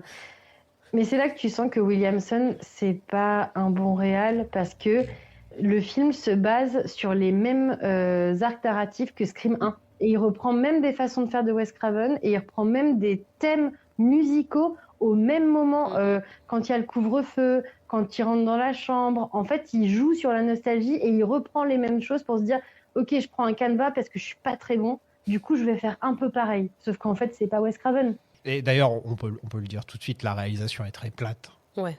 L'éclairage, la lumière, c'est la lumière est bon.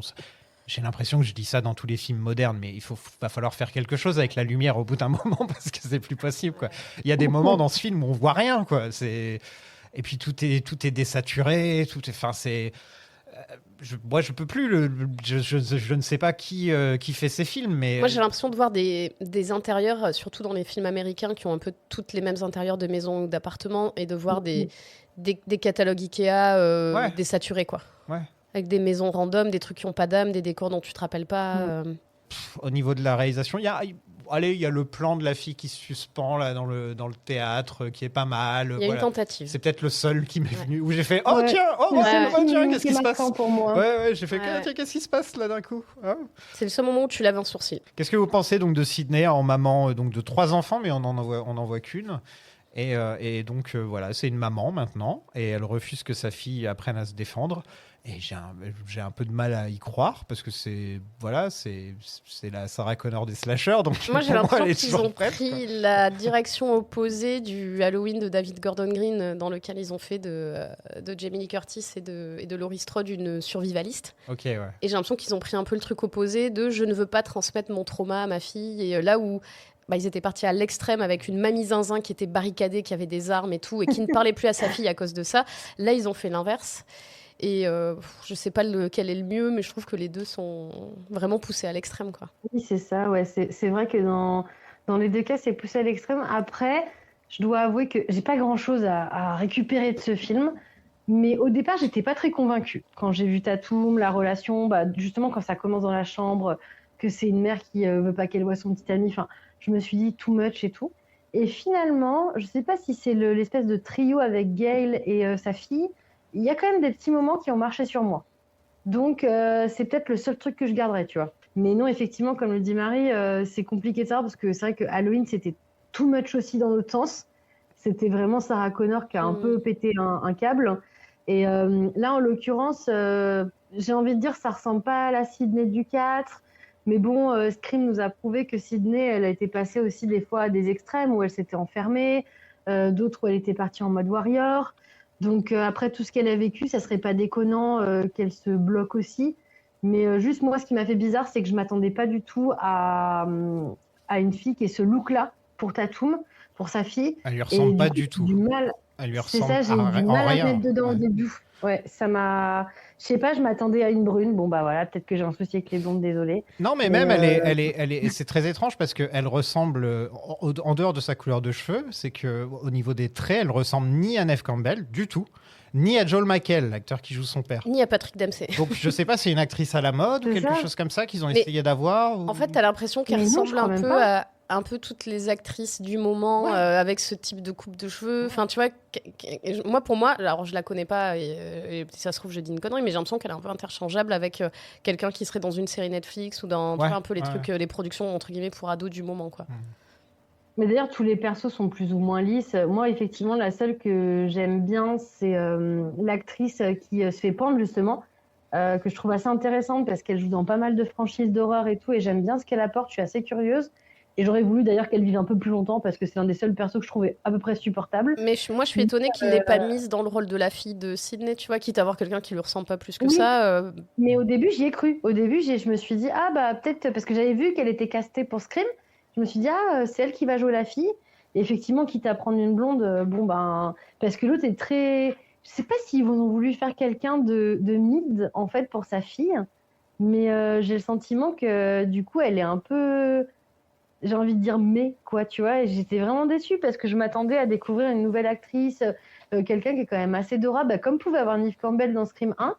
Et en fait, je trouve que le casting, il a pêché là-dessus, quoi. Après, en dehors de la direction d'acteur. Après, c'est ce qu'on lui dit dans le film, tu vois, t'es trop timide, t'es trop en retrait, t'es pas comme ta mère, donc... Mais bon, que le cast soit allé dans ce sens-là, je suis pas sûre, quoi. Ou alors je vais me tromper, ça se trouve, ça va devenir la prochaine star. Pas sûre. Mais quand Moi, tu j'y voyais crois Jenna pas, je sais Ortega même pas dans son son nom, premier tu vois. film, tu pouvais voir qu'il y avait quand même quelque chose, du charisme, quelque bien chose. sûr. Quoi. Peut-être le fait d'avoir 2 personnages principaux qui étaient brunes dans les films d'avant, ils se sont dit, ouais, si on met une jeune qui est brune, ils vont croire que c'est Jenna Ortega. Ah, mais à un moment, faut arrêter de penser que le public est si bête, quoi. Bah, oui, mais c'est le ouais, cas, ouais. c'est le cas, donc j'y peux Tu rien. vois, au pire, ils avaient qu'à lui teindre les cheveux en rouge, quoi. On n'a jamais vu ça dans Scream, voilà. Ouais. Ouais, je trouve que le casting est bizarre, perso. Il y a un autre truc que je trouve étrange avec Sydney, c'est que pour moi, elle devrait vivre dans le désert ou alors sur la banquise, parce qu'il y a trop de gens qui meurent partout où elle va. Et donc, de mon point de vue, il devrait y avoir des manifs et à chaque fois qu'elle se pointe dans une ville pour s'installer, il y a des gens qui devraient être devant chez elle pour dire « Dégage Sydney, dégage !» Ne nous amène pas le mauvais œil. Bah oui, en même temps, c'est vrai, ça fait quand même longtemps, là, au bout d'un moment, il y a quand même beaucoup d'innocents qui n'ont rien à voir avec elle, qui meurent dans chaque film à chaque fois. Et pour moi, elle devrait vivre... j'aimerais pas que ce soit ma voisine, quoi. Ouais, elle devrait vivre dans une cabane au milieu du Nouveau-Mexique, quoi, un truc comme ça. Mais là, elle vit dans les tout ça pour suburbs, ouvrir genre un la vie café, normale. La vie normale, elle change pas son nom de famille, tout le monde peut la retrouver. Elle a un café tranquille. En fait, au milieu de la ville. le moindre fou obsédé par elle peut la googler, trouver qu'elle travaille dans ce café, aller boire des cafés chez elle et l'observer pendant... Ouais, et apparemment, c'est quelque chose qui a l'air de se produire assez souvent. Des gens qui sont fascinés par elle et qui viennent l'embêter tout le temps avec des questions. Je dis pas qu'elle devrait vivre non plus dans un abri anti-atomique ou quelque chose comme ça, mais... Et c'est vrai qu'elle a une vie très détendue, très normale. Oui. Pour quelqu'un qui a ce genre de... il lui est pas arrivé un truc une fois dans sa jeunesse. Non. C'est arrivé tous les ans, pendant un moment, tous les 10 ans. Enfin, c'est ton parcours de vie, il est parsemé de ça. Donc, normalement, oui, tu devrais... Le seul truc qui est crédible, c'est sa panic room, là, cachée, que je trouve très cool. Oui, mais qui est très mal exploitée. Ouais, qui sert en fait juste à te faire rentrer dans les murs, alors que tu pouvais aussi mettre, je sais pas moi, une fenêtre. Ouais, et même elle est pas, même dans la mise en scène et dans la scène en elle-même, elle est pas du tout exploitée, quoi. De manière générale, l'espace est pas très bien exploité dans ce film, de toute façon, parce qu'on nous montre plein de lieux qui sont, comment dire, ça fait très maquette, ça fait très studio, et ils sont très interchangeables, et en fait, on aurait pu exploiter les lieux, et là, ça fonctionne pas, parce que pour le coup, Scream 1 ou même le 3, tu vois, le tournage, on savait exploiter ce qu'il avait, même le 2 en vrai, avec le théâtre. Et là, finalement, ça pourrait être pour le coup une production Amazon ou Netflix d'un téléfilm, et du coup, c'est le studio qui est posé là, quoi. T'as l'impression que t'es presque dans le studio du 3 qui recréait la maison de Sydney, en fait. Grave. Sur le tournage de Stab. T'as l'impression que c'est un peu ce genre de maison un peu étriquée. Enfin, c'est bizarre, quoi. Bon, Sydney a un autre fan de True Crime qui veut commencer un podcast qui vient lui parler, donc ça fait quand même le deuxième dans le film qui apparaît. Commencer un podcast, franchement, quelle idée dans cette économie. Et donc sa mère est la confidente de Sydney, la voisine. Voilà, elle n'apparaît que pour dire j'apparais dans ce film, vous vous souvenez de moi? Et ensuite elle redisparaît. Et la deuxième scène qu'elle a eue, je me suis dit bon c'est elle la tueuse. Voilà, c'est bon. J'ai fait bon, c'est elle la tueuse. Et la scène où on va à l'hôpital psychiatrique. La caméra insiste beaucoup sur ce mec, sur ce docteur, qui a beaucoup de phrases et qui a l'air de beaucoup connaître le sujet pour quelqu'un qui est juste quelqu'un qui apparaît comme ça dans une scène. Et je me suis dit, ça, c'est le deuxième tueur. Normalement, voilà, on est censé jouer un petit peu avec ça, tu vois. Ça, c'est aussi un problème. C'est un film dans lequel il y a tellement peu de personnages que le whodunit, en fait, le whodunit, il peut marcher que si t'as des personnages. Et là, en fait, t'en as C'est tellement ça. peu. La ville, elle est littéralement sous couvre-feu. Donc, pendant un moment, tu ne vois plus personne, à part Sydney, sa fille et Gail. Elle court dans des rues en hurlant. Personne ne sort, il n'y a pas un flic, il n'y a rien. Enfin, je sais pas, nous, on a eu des couvre-feux pendant le Covid. Il y avait plus de gens dans les rues, tu vois. Ouais. Et là, quand même, c'est... En fait, le whodunit, il peut pas marcher si, par définition, t'as 3 personnages qui se battent en duel, dont une actrice, en plus, Anna Camp, qui est quand même un peu plus connue. Donc, en fait, juste, tu la retiens et tu dis, bon, bah, elle va avoir un rôle... en fait, important, tu vois. C'est pas juste la voisine random. Donc, en fait, oui, le whodunit, il est... Je l'ai vu que dans True Blood, elle. Ouais, mais c'est quand même une tête que tu connais par rapport au... Ah, Mad Men Bazookas. aussi, maintenant que j'y pense. Donc, il y a Neve Campbell et elle qui sont sortis avec Don Draper. Voilà. C'est le petit fun fact. On fait des ponts. Non, mais c'est vrai, les deux J'adore actrices sont passées dans. multivers. Ouais, voilà. Et ça se trouve, elles en ont parlé en plus quand elles se sont rencontrées sur le tournage. Alors, il sent bon, John Hamm. Il sent le bon de jambon, John Hamm. Oh là là, ça y est. J'ai chaud. J'ai chaud. Ça y est. Le cerveau a fondu. On Venez le les perd. dés. Donc, tous les ados sont beaucoup trop bien habillés dans ce film, alors que là, pour le coup, ils pourraient avoir le look grunge des années 90, qui est revenu à la mode. Hein. Je sais pas si tu vois les gamins dans la rue, maintenant, ils sont tous habillés comme Kurt Cobain. Donc, voilà. Qu'est-ce que vous pensez des personnages adolescents? Vous aimez pas? Ils sont nuls, ils sont plats, on peut passer à autre chose.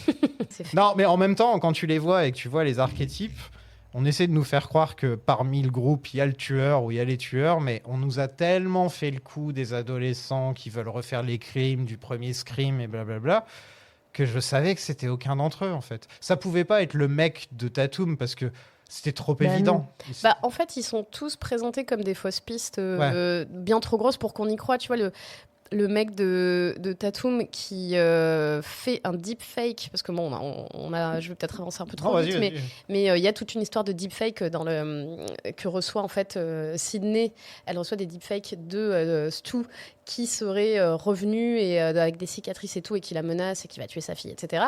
Et pour voir si c'était possible, le copain de sa fille en fait un, et puis au lieu de juste faire un truc où il donnerait, je sais pas, la recette du poulet basquez, il fait vraiment, je vais te tuer, machin, et du coup, il se met lui-même un espèce d'énorme écriteau suspect sur la tête, et tu dis, bah en fait, c'est bien trop énorme pour qu'on y croie. Et à la limite, est-ce que en fait c'est tellement énorme que finalement ça va être lui, parce qu'ils vont nous faire croire c'est trop gros, donc j'y crois pas, et après ce sera lui, tu vois. Vraiment, ils font ça à chaque fois. T'es en train de penser genre vraiment à quel niveau de bluff on en est. Est-ce que c'est une partie de poker? Sauf que bah, comme t'as 3 personnages qui se battent en duel avec des énormes fausses pistes, enfin moi je m'en fous. Moi au final je m'en foutais vraiment. Je me suis dit j'ai même pas envie de jouer avec le film, parce que le film il nous prend pour des débiles en fait. Ouais. Et du coup moi j'ai pas envie d'être insultée par un film, quoi. Faudrait que Ryan Johnson réalise un Scream.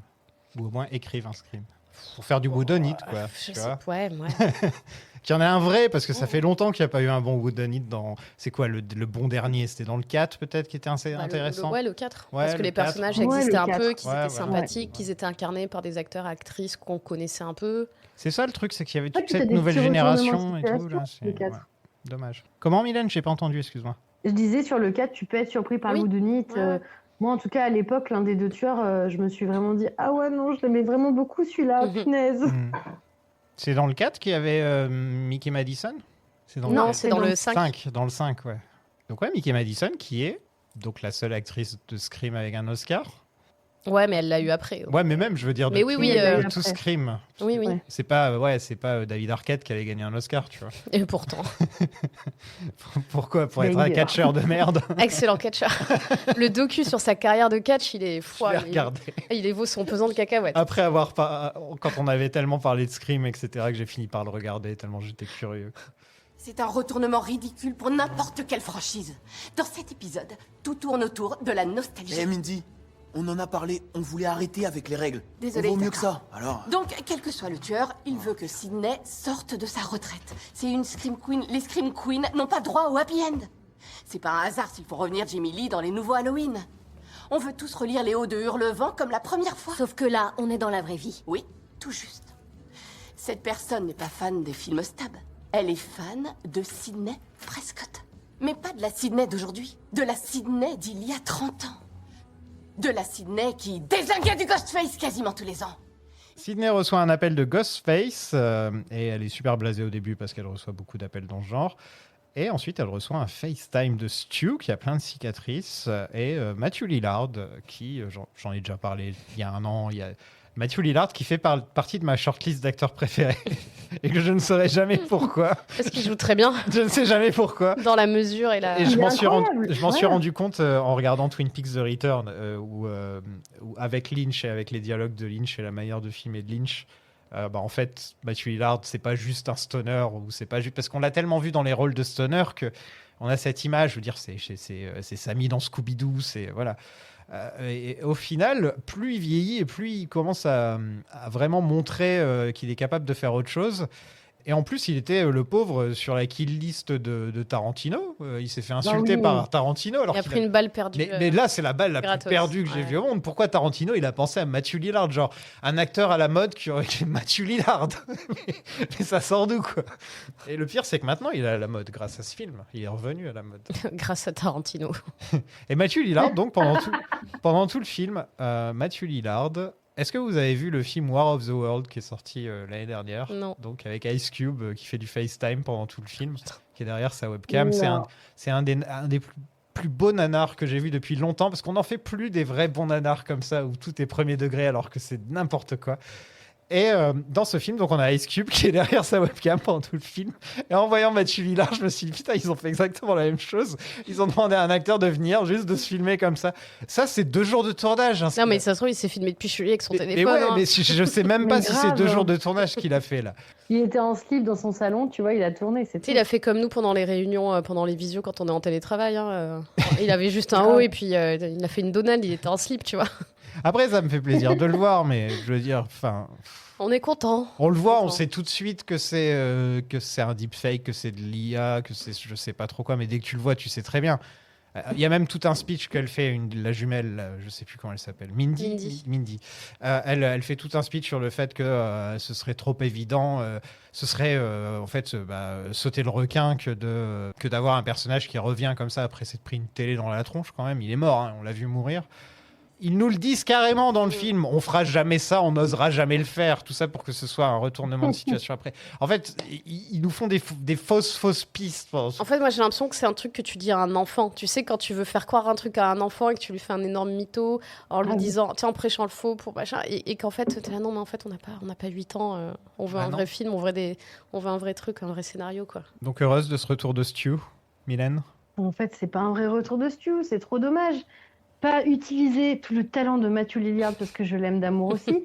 En fait, je suis trop déçue. Et surtout qu'en plus, j'ai appris a posteriori, après avoir vu le film, que dans les screening tests, en fait, de base, Stu devait effectivement revenir. Ouais. Et en fait, moi, je me suis dit, bah franchement, vu la dope que c'est, moi, j'aurais voulu que le film, il assume sa connerie. Ouais. Genre... quitte à refaire la scène quand même, tu sais, à la fin où tu vois certains persos morts en IA et tout ça, je me dis, ok, c'était sympa, tu vois, ça m'a un peu fait rire. Mais tu vas jusqu'au bout des choses, en fait. Quitte à aller dans le flou, ben let's go, on y va, on fonce dans le mur. Et en fait, me dire qu'ils n'ont pas assumé et que finalement, ils m'ont trouvé la tantine, là, et son copain, là, complètement fou, là, qui sont allés tuer son fils en plus. Enfin, je me dis, mais genre vraiment, moi, je me rappelle, en plus, je pré-shot, donc dès que je la vois arriver, je dis vas-y, c'est la tueuse, en faisant une blague, tu vois. Mais tout en disant vas-y, si c'est elle, genre là, je me casse, quoi. Genre vraiment, j'éteins la télé, je me barre. Et à la fin, quand on apprend qui sont les tueurs, je suis en mode non, c'est une blague. Genre, c'est une blague.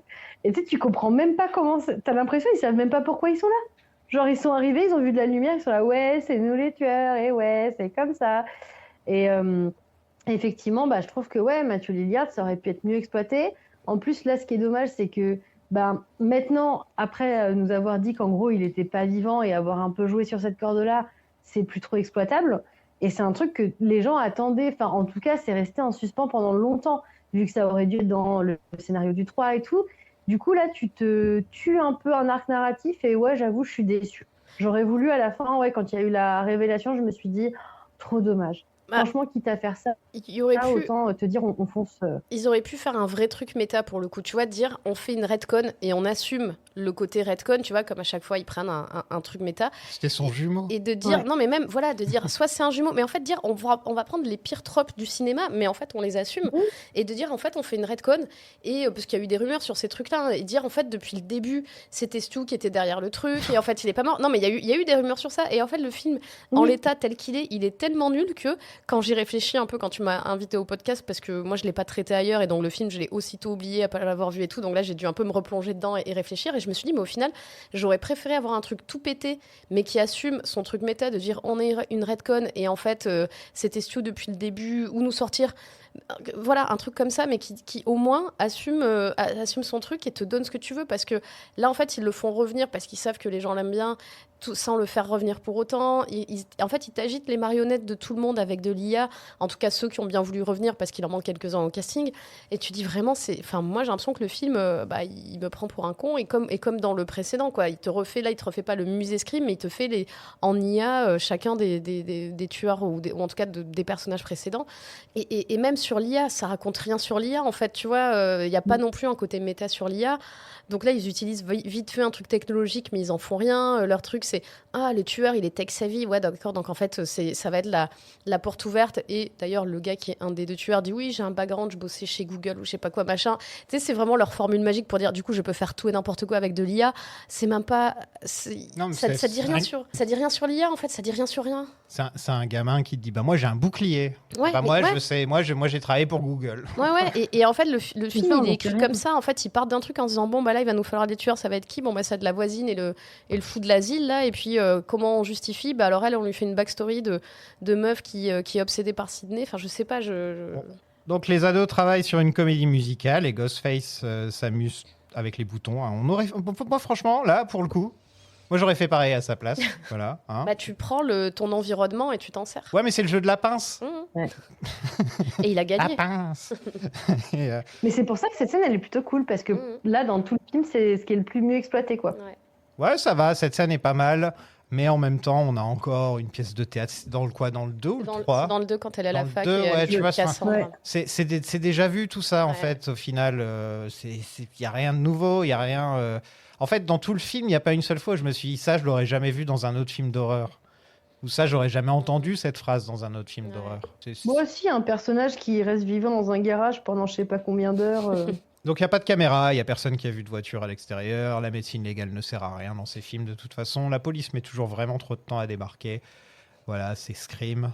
D'ailleurs, que fait la police ? On peut se le demander plein de fois. Mais en plus, la police est là. Il y a littéralement le chef de la police qui est là. T'as beau être marié avec le chef de la police, et le mec est... Enfin, les forces de l'ordre sont nuls. Il y a plein de fois où Sydney, elle fait je pars à l'hôpital psychiatrique toute seule. Et t'es là genre, mais demande à 5 flics de venir avec toi. Le meilleur moment, on en parlera après, mais c'est je pars courir dans la rue toute seule. Bah non, on ne fait pas ça en fait. Tu es folle. Mais non, mais Sydney, merde. Merde, t'as écrit un livre sur le sujet. Je suis sûr qu'il doit y avoir une liste de trucs à ne pas faire dans son livre et elle le fait quand même. Je vais faire un groupe de 1 et je vais courir toute seule dans une rue déserte par un couvre-feu. Bah ouais, bien sûr. Donc Ghostface infiltre la maison de Sydney et crée la pagaille, mais heureusement Sydney a une pièce secrète dans sa chambre. Elle passe par les murs et on refait la scène de Matrix, tu sais, mais avec un couteau. Tu vois, où ils sont dans les murs. Ouais, c'est pareil, c'est la même scène. Voilà, je suis à peu près sûr que j'ai déjà vu cette scène, des coups de couteau dans un mur comme ça. On l'a vu aussi avec des coups de feu. Tu sais, Shining, ça te dit quelque chose ou... Shining, non, je vois pas. Bravo, Coupe. Bravo. Cooper qui a fait tomber une bouteille. Coupe a fait tomber la bouteille. Bravo. Il est content de lui en plus. Les gens me regardent, je suis content. Je suis fier. Sydney devrait avoir un mini flingue et un mini couteau sur elle tout le temps. Voilà. Le fait qu'elle n'ait pas d'arme tout le temps sur elle, ça me choque un peu. Et donc, le mari de Sydney se bat contre un Ghostface qui n'a jamais aussi bien encaissé les coups que dans ce film. Il se fait tirer dessus. À la fin, elle se relève là. Mais il y a une fois où je sais plus, il utilise un objet vraiment je sais plus ce que c'est. Ah oui, un extincteur pour taper Ghostface. Et il se relève. Mais par contre, c'est quand il se prend une chaise qui est assommée.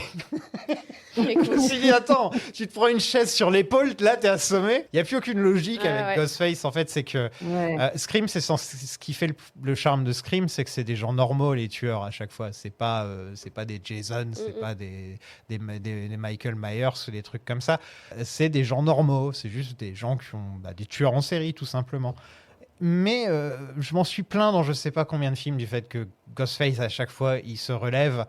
Et à chaque fois... Et là, ça fait plusieurs fois où où donc la tueuse, une des deux tueuses, c'est une fille qui fait 1m55 ou 60. Et à chaque fois, Ghostface est toujours joué par le même mec qui fait 1m85. Ouais, mais ça, au moment de la scène du reveal, c'est flagrant. Et t'es là, non, mais ils l'avaient déjà fait dans le 4 avec, comment elle s'appelait là, Emma Roberts. Emma Roberts, ouais, qui est vraiment minuscule, elle, en plus. Ouais, toute fine, toute petite. Et ils l'ont refait donc avec Mickey Madison, qui est pas très grande non plus.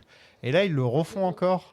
Ouais. Et au bout d'un moment, quand même, ça marche comment? C'est que dès qu'elles mettent le masque, d'un seul coup, elle grandit. Ouais. Tout d'un coup, elles ont des... Mais bon, je sais, je nitpick un peu, je cherche la petite bête, mais c'est que ça fait quand même plusieurs fois qu'on nous le fait, quoi. Mais puis non, mais le truc, c'est qu'en fait, c'est vraiment flagrant sur certains plans. En fait, si c'était bien mis en scène, tu pourrais avoir ton cascadeur dedans. Mais là, en fait, t'as vraiment des scènes où c'est les mêmes valeurs de plan. Donc, du coup, tu fais, là, la personne a gagné ou perdu 15 cm entre le moment où elle enlève le masque et où elle l'a, quoi. Que surtout que c'était un truc qu'on avait critiqué dans les vieux slashers, typiquement Vendredi 13, c'est souvent singé parce que la mère, du coup, à un moment a des poils sur la main et c'est clairement une main masculine et tout. Et ça, c'est drôle parce que c'est dans les vieux slashers qui n'avaient pas trop fait gaffe à ça. Mais du coup, pour Scream, c'est un peu ridicule de pas faire attention, quoi. Pour une saga qui se prétend méta, quoi. Et en tout cas, qui garde le discours méta sans vraiment l'appliquer. Mais ça devrait être une des premières questions qu'on pose. Quelle taille faisait Ghostface cette fois? Tu vois, déjà, ça aide. C'est vraiment un des premiers signes. Oui, parce qu'en fait, tu peux pas faire un portrait robot puisque c'est quelqu'un qui a un masque. Donc, le premier truc, c'est dire quelle était la corpulence, quelle était la taille, est-ce que c'est quelqu'un qui court vite ou pas, et comment elle se déplace, quoi. Est-ce qu'il a travaillé pour Google? Question importante, quoi. Et il faut donc une grosse voiture pour arrêter Ghostface, et cette voiture est conduite par Gail qui débarque comme si comme si c'était une catcheuse en fait, comme son mari. Et elle a fait équipe avec les jumeaux, donc ils sont là, tout le monde est content, on se réjouit. Donc ils se promènent dans le pays pour résoudre les enquêtes, et il leur manque juste un chien qui s'appelle Stabidou. Voilà. Mylène, si tu as besoin d'une mascotte pour le Stabaton, c'est Stabidou si tu veux. Voilà. Oh putain, jamais. Scooby-Doo avec un masque de Scream. Stabidou. Stabidou-bidou. J'aime beaucoup l'idée. Écoute, ce serait peut-être un meilleur film que ce Scream 7. Et le fait que le tueur, là, ce soit un mec random, ça m'a fait rire. C'est peut-être le seul moment que j'ai aimé dans le film, c'est qu'on sait pas qui c'est. Normalement, justement, dans Scooby-Doo, c'est... Ah non, c'est le gars du... directeur du zoo depuis le début. C'est le gars du parc d'attractions. Et là, c'est genre... non, c'est Carl. C'était Monsieur Stevens. Et là, c'est... On sait pas qui il est. Ok. Et tu dis, et c'est même pas une des fausses pistes que vous nous avez présentées jusqu'à maintenant. Ah, mais ça m'a quand même fait rire. Le mec, il a juste pris un café, tu vois. Parce que je me suis dit, c'est pas le tueur principal, voilà, il meurt au milieu du film, donc c'est pas le tueur principal. En plus, c'est pas la première fois que Ghostface meurt au début, avant la fin, quoi. Ouais, on parlait même de la scène d'ouverture du précédent, quoi. Donc, c'est pas non plus très novateur. Non, c'est juste un gars, voilà. Et donc, Sidney et Gail se rendent à l'hôpital psychiatrique, qui a une photo dans la chambre de ce mec, il y a une photo de Tori Spelling en bikini. Et j'ai des questions, mais je pense qu'il n'y aura pas de réponse. Est-ce que donc Williamson est vraiment resté à tel point dans les années 90 qu'il se dit que de nos jours, quelqu'un aurait une photo de Tori Spelling dans sa chambre? Tori Spelling qui jouait dans la série Beverly Hills, bien entendu, et qui est la fille d'Aaron Spelling, et qui a rien fait d'autre depuis. Sharknado, voilà. Ouf, un des Sharknado. Ah oui, d'accord. Et Stu donc aurait survécu et perdu la mémoire pendant 30 ans. Et en fait, tout ça, on nous balance ces informations pour vraiment nous faire croire que Stu est en vie. Et étant donné que c'est qu'une seule personne qui nous balance toutes les informations et que... vous vous rappelez dans Wayne's World, si vous avez vu Wayne's World, il y a un moment où il pose une question au garde du corps d'un des personnages et le gars, il va te dire, il faut que tu ailles là et que tu prennes à droite et à ce moment-là, il sera en train de faire ça et il faut que tu fasses ça. Et donc, il en savait quand même pas mal, ce garde du corps, tu vois. Et ça m'a fait penser à ça. Et donc, tout de suite, je me suis dit, le gars qui a été tué, il a travaillé avec le psychiatre ou le docteur, là. On ne sait pas pourquoi, mais en tout cas, il n'y a pas de Stu, quoi. Oui, même c'est quelqu'un, en plus, comme on te parle d'un asile et tout ça, tu dis ça peut être quelqu'un qui a un trouble de la personnalité, qui va s'identifier comme... Mais genre, ils vont retrouver un mec qui s'est pris une télé sur la gueule, comme ça, au milieu de la rue, il se rappelle plus de rien, et sa famille n'est même pas en train de le rechercher. C'est ça, genre, la famille n'a pas cherché le corps, même si ton fils est un meurtrier, je pense que tu veux quand même l'enterrer décemment. Mais je pense que même la police voudrait savoir où est son corps, quand même. Oui. Parce que c'est quoi, en fait, la logique? C'est que Donc Stu se prend la télé sur la gueule. Sydney quitte Sydney et Gale et voilà, ils ont réussi.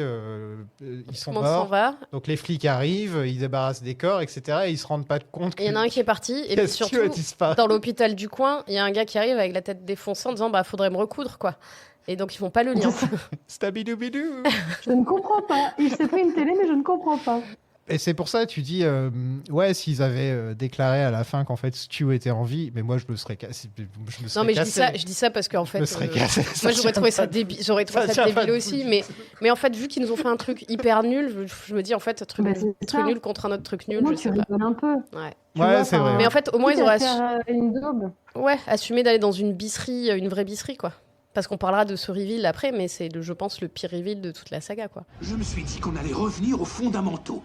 Un coup de fil, une fille, et quelqu'un qu'elle aime ligoter sur une chaise à l'extérieur de la maison. Pendant ce temps, le mari de Sydney prend le temps de ranger sa boîte à outils et d'éteindre la lumière alors qu'un tueur est dans les parages, et il finit dans du plastique comme Laura Palmer. Voilà, c'était la petite référence à Twin Peaks, la deuxième référence à Twin Peaks de l'épisode. Et Gale obtient enfin son interview de Sydney pour provoquer Stu. Qu'est-ce que vous pensez de cette scène ? On parle enfin de Dewey. Et on voit que Gale souffre physiquement aussi, pas que psychologiquement, après la dernière attaque. Qu'est-ce que vous en pensez de cette scène tant attendue ? Non, je déconne, j'en avais rien à foutre. Mylène, qu'est-ce que t'en penses ? Allez, je dois dire qu'elle m'a un peu touchée quand même. Parce qu'en fait, j'ai bien aimé quand Sydney, à un moment, alors j'ai vu Phil un petit moment, donc je me souviens plus exactement de ses mots, mais à un moment, elle fait une réflexion en disant qu'elle a confiance en personne, tu vois, ou un truc comme ça. Et du coup, c'est un peu une balle perdue où, en fait, Gale, elle n'est pas du tout impliquée, alors que, bon, on l'a vu quand même, s'il y a un truc qui avait été réussi dans les derniers Scream, c'est que quand même la relation entre Gale et Sydney, c'est un truc que j'aime beaucoup, c'est qu'elle est passée vraiment d'ennemis, parce qu'elles n'avaient pas du tout la même vision du monde, et aussi parce que Gale a toujours eu l'intérêt de Sydney, ce qu'elle pouvait lui apporter, mais pas en tant que personne au début.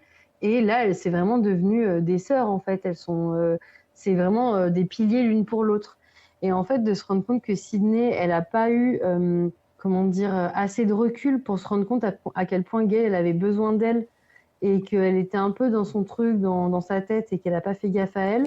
Au moment où elle se rend compte et au moment où on a du coup ces mots qui sont assez durs, plus quand on la voit prendre ses cachets alors qu'elle vient de lui faire une balle perdue, j'avoue que ça m'a un peu touchée. Je trouve que pour une fois, on a vu une fragilité. C'est pas parfait, mais j'ai bien aimé voir cette fragilité dans le personnage de Gale. Et ça, j'ai trouvé ça chouette. Moi, j'avoue que à ce stade-là non, mais vraiment, moi, à ce stade-là du film, je suis déjà. En fait, je me dis oui, on nous ressort la scène un peu pour nous faire du fan service, tu vois, de dire c'est en faire l'interview et tout. Mais moi, j'en suis au stade où, je regarde l'heure et où j'ai envie de partir, quoi. Donc. Vous trouvez pas que Scream est entièrement construit sur le fan service ? Compte pas le premier, mais je veux dire par la suite, Scream est quand même vachement basé sur le fanservice. C'est pas la première fois qu'on nous fait revenir des personnages, des clins d'œil à plein de films précédents.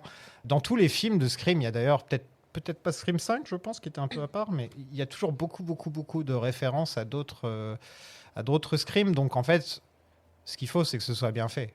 Oui, Voilà. oui. Et puis, mais je trouve que tu as des trucs émotionnels qui marchent. Tu vois, Mylène mentionnait tout à l'heure la scène où on pense que Dewey va mourir dans le 2. Tu vois, moi, je la trouve super et c'est une des scènes que je trouve très marquantes dans la saga. Même tu vois, le 4, alors j'ai dit plein de fois que c'était pas mon préféré, mais tu vois, même le final avec l'espèce de symétrie quand les deux personnages, Sydney et la tueuse se font face et que la tueuse prend un peu la même position qu'elle, etc. Je trouve qu'il y a des bonnes idées, des trucs qui ont du sens dans ce que font les personnages et dans la mise en scène et tout, qu'on a complètement perdu dans les suivants, quoi. C'est toujours drôle quand on parle des sagas parce que on dit tout le temps à ce film-là, c'est horrible, c'est nul. Et puis après, il y a un ou deux films qui sortent par la suite et tu dis, en fait, celui-là, il était pas si mal que ça. Finalement, maintenant que j'y pense, j'ai passé un bon moment. Ouais, on va regarder les films avec Jenna Ortega et on va dire, en fait, c'était super. C'était largement mieux que ce qu'on. Quand on sera à Scream 12, peut-être qu'on dira que là, le 7 était pas mal. Ça me ferait très on mal. devrait faire un message. Mylène du passé. Ce que j'allais dire, on devrait faire un message pour nos Mylène, Marie et Sofiane du futur pour dire rappelez-vous que le 7 est très mauvais. Vous en êtes au 12, mais rappelez-vous que le 7 est très mauvais. Vous pensez vraiment qu'on va arriver jusqu'au 12 un jour ? 12, je sais pas, mais en tout cas, Elle a quel âge, Neve Campbell parce le qu'elle 8 peut pas est, le 8 est bien parti. Donc, Ouais. Et puis surtout avec des chiffres comme ça, en fait, Ah bah oui. tu peux pas. C'est la loi du marché, quoi. Vous avez remarqué que les 2 Scream précédents, donc il y avait Scream 5 qui était juste appelé Scream, et ensuite il y avait donc le 6 qui était en numéro romain. Et celui-là, il est de nouveau en numéro arabe. Ouais. Quel sens faut-il donner à Donc, tout ça? ouais, donc quand je vais regarder là, parce que moi je donne les vrais titres aux épisodes, je mets les vrais titres de films aux épisodes. Et donc ça fera tout bizarre quand on verra la liste comme ça, le fait qu'il les gens vont se demander si c'est toi qui as fait une faute qui est pas cohérente de l'un à l'autre. Il était bourré, Sofiane. Non, c'est la saga qui était bourrée, c'était pas moi.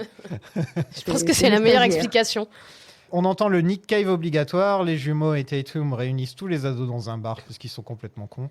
Et Mindy recommence avec son monologue qui ne sert à rien puisque la saga n'a plus de thème depuis longtemps, donc ça ne sert plus à rien de faire des monologues sur le méta. De toute façon, je m'en étais déjà plaint dans les épisodes précédents. Le méta, c'est un truc qui a été détruit par Deadpool, par Community, par Rick et Morty, par tous ces trucs-là. Par Scream lui-même un peu, de toute façon. Je veux dire, dans les 10 dernières années, en tout cas, 10-15 dernières années, les trucs qui ont vraiment tué le méta, c'est Deadpool. Tu as un personnage de super-héros qui parle directement à l'écran et qui te fait des références à longueur de temps sur tout ce qui se passe avant.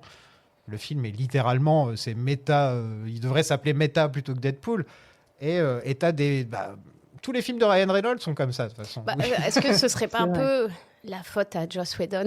Excusez-moi, je balance un pavé dans la mort. T'as dit le nom maudit. Vous en faites ce que vous voulez. T'as pas un son pour me... Non, j'ai pas de son pour Whedon. Non. Mais voilà, est-ce que voilà, ce serait pas sa faute aussi un peu? Ghostface est là, il poignarde les jumeaux, mais bon, ça va. Tue des amis de Tatum, dont un qui crache de la bière. Voilà, c'est gratuit. Est-ce qu'on peut revenir sur cette mort? Vas-y. Moi, je trouve qu'elle est un peu comme... Enfin, encore plus que celle de l'ouverture. Je trouve qu'elle a rien... Pareil, elle a rien à faire dans un Scream. C'est bizarre. Je trouve qu'elle est hors de ton par rapport à la saga, même par rapport au film. Autant celle du théâtre, elle est un peu graphique et tout, mais autant celle-là, je trouve qu'elle est cruelle de manière non nécessaire. Gratuite.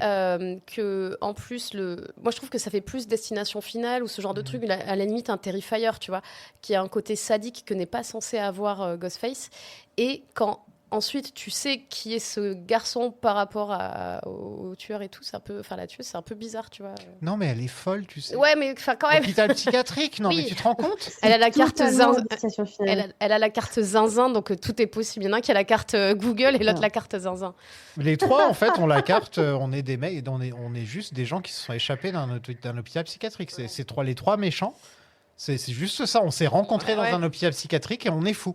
L'union des zinzins, quoi. Puis, voilà. Et puis même, je m'énerve déjà sur la révolution. Mais en tout cas, je trouve que cette mort, elle a pas grand-chose à faire. Moi, pendant le film, ça m'a choqué. C'est un bien grand mot, mais ça m'a fait réagir. Je me suis dit, c'est pas mon Ghostface, tu vois.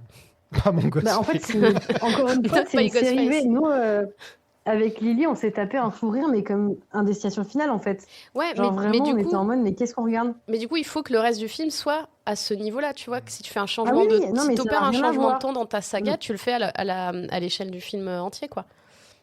C'est complètement décalé par rapport, et comme tu l'as dit, en fait, c'est pas graphique, c'est pas Ghostface, enfin, ça fonctionne pas. Et après, ils essayent de rattraper un peu le truc en disant que c'est pas elle qui l'a tué, mais que c'est lui. Mais dans ta tête, tu te dis, non mais ça marche pas, enfin, arrêtez, vous voyez bien que c'est pas bien écrit, quoi. Tu croyais pas vraiment que c'était Stu? Oh, parce que ce serait idiot. Stu est mort. Oh, enfin, il vit dans nos esprits, mais... il est mort. Tu sais, j'ai de l'expérience en IA. J'ai été spécialiste en cybersécurité chez Google avant Fallbrook. Tatum est prise en chasse dans la ville vide parce que c'est le confinement, ouais. Et Ghostface tue le petit copain. Hein. Ouais, ils servaient tous qu'à mourir, tous les ados, voilà, ils sont tous morts, tout le monde est content. Et Ghostface connaît le mot de passe du café de Sydney parce que c'est la putain de date d'anniversaire de sa fille. Sydney, meuf, Sydney, merde. C'était ça ou 0000. Mais oui, mais merde, c'est tous les parents, ma mère, je lui demande, je suis sûr que c'est soit ma sœur, soit moi. Ils sont complètement cons. Voilà, ça y est, vous m'avez énervé. Vous êtes contente, hein? C'est pas nous, c'est le film. Dirige ta colère. C'est vous, contre là, à les- chaque fois, me faire forcer à regarder Scream, là, tous les ans. Et on t'a rien demandé, hein. C'est toi qui nous as écrit. hein. Tu nous as summon et on est arrivé. Je suis en train de réécrire l'histoire. Ouais. Tu es en train de nous engueuler alors que nous, on n'a rien fait. Je l'ai pas dit aux auditeurs, mais j'avais complètement oublié l'existence de ce film jusqu'à ce qu'un auditeur me dise au fait, vous allez pas faire Scream avec les filles? Je fais bah ouais. C'est vrai qu'il y a eu un Scream, en effet. Et c'est vrai que quand tu m'as écrit, il se trouve que j'étais à Lyon avec Mylène et que j'ai fait bah tiens, c'est vrai qu'on l'a pas fait. Et nous on avait oublié aussi en fait. Voilà où on en est, quoi. On a oublié qu'il y avait un Scream. Et on se quoi. dit, ah oui. Et le coup de Sydney qui a pas de signal sur son téléphone, mais franchement. Mais en fait, c'est tous les clichés dont Scream est censé pas forcément se moquer, mais en tout cas qu'il est censé détourner, tu vois Ouais. Et du coup, t'es là, non, mais c'est que mauvaise décision sur mauvaise décision. Enfin, tu vois, ce truc où elle arrive à sa voiture, elle a pas les clés et elle part en courant. Et tu dis, mais ça prend moins de temps de remonter, chercher les clés, en fait, ou de demander à quelqu'un, ou appelle quelqu'un qui vienne te chercher. Qui part en courant comme ça, comme une débile, dans des rues désertes, quoi. Je comprends Moi, pas. vraiment, je me suis tapé un fou rire parce que j'ai eu dans ma tête la citation de Dirty Dancing quand elle dit à Johnny « Ne cours pas après ton destin comme un cheval sauvage !» Et moi, je me suis dit, si le film me fait cet effet-là, c'est que là, j'ai clairement un neurone qui a fondu dans l'affaire. Taisum tire sur Ghostface à travers le mur, puis le tape avec un extincteur, mais c'est une chaise qui l'assomme. Et là, s'il y avait un deuxième Ghostface, et Tatum se fait kidnapper et emmener à l'HP. Voilà. Et Sydney, il va en solo. Je speedrun la fin du film, là. Sydney, il va en solo. Stu est donc un deepfake, on en avait parlé. Il y a une fin alternative, comme tu l'as dit tout à l'heure, où donc c'était vraiment... Je me demande si c'était dans le script original ou si c'est vraiment, ils ont fait un truc à part. Je sais mais pas, ça prouve que Matthew Lillard a au moins travaillé 2 jours. Et ça prouve qu'ils ne savaient pas du tout où ils allaient. Parce qu'en fait, quand tu as une fin alternative où tu dis, on va voir, parce que j'ai vu l'extrait de l'interview de Williamson qui l'avoue lui-même, hein, donc celle-là, c'est pas une rumeur, lui le dit lui-même, il dit on avait une fin où, en fait, Stu était vraiment là et c'était vraiment lui qui tirait les ficelles. Tu dis, en fait, t'en avais vraiment l'un ou l'autre, 2 trucs complètement opposés, donc tu sais vraiment pas où tu vas, quoi. Moi, je trouve que c'est aussi un C'est vrai que tu vois problème. que c'est interchangeable. Ouais. Bah oui, tu peux faire ce que tu veux. Du coup, tout est plus ou moins tiers pour pouvoir changer quand tu veux, quoi. Ah ouais, c'est que tu peux avoir aucune prise de risque puisque t'as pile ou face dans tes 2 fins, en fait. Mais le pire, c'est qu'aucune des 2 n'aurait fonctionné. Mais c'est ça, ouais. Là, la voisine et les fous du village. Et Stu qui s'est pris une télé sur la tronche et qui disparaît et qui réapparaît. Non, mais les 2... La peste et le choléra. Les 2 étaient complètement nuls. Ouais. Moi, il y en a une où tu rigoles, quoi. Ouais. Et il y en a une qui est moins problématique parce qu'elle fait pas d'une meuf qui a vécu, qui a été battue par son mari, Ah oui, c'est vrai. une femme juste. Enfin, tu vois, ça, c'est hyper problématique. Ouais. Genre, juste dire, bah voilà, en fait, j'allais mal, j'ai lu ton livre, bah finalement, je vais te buter. Enfin, t'es là, quoi? Alors, déjà, qui a écrit ça? Sûrement un homme.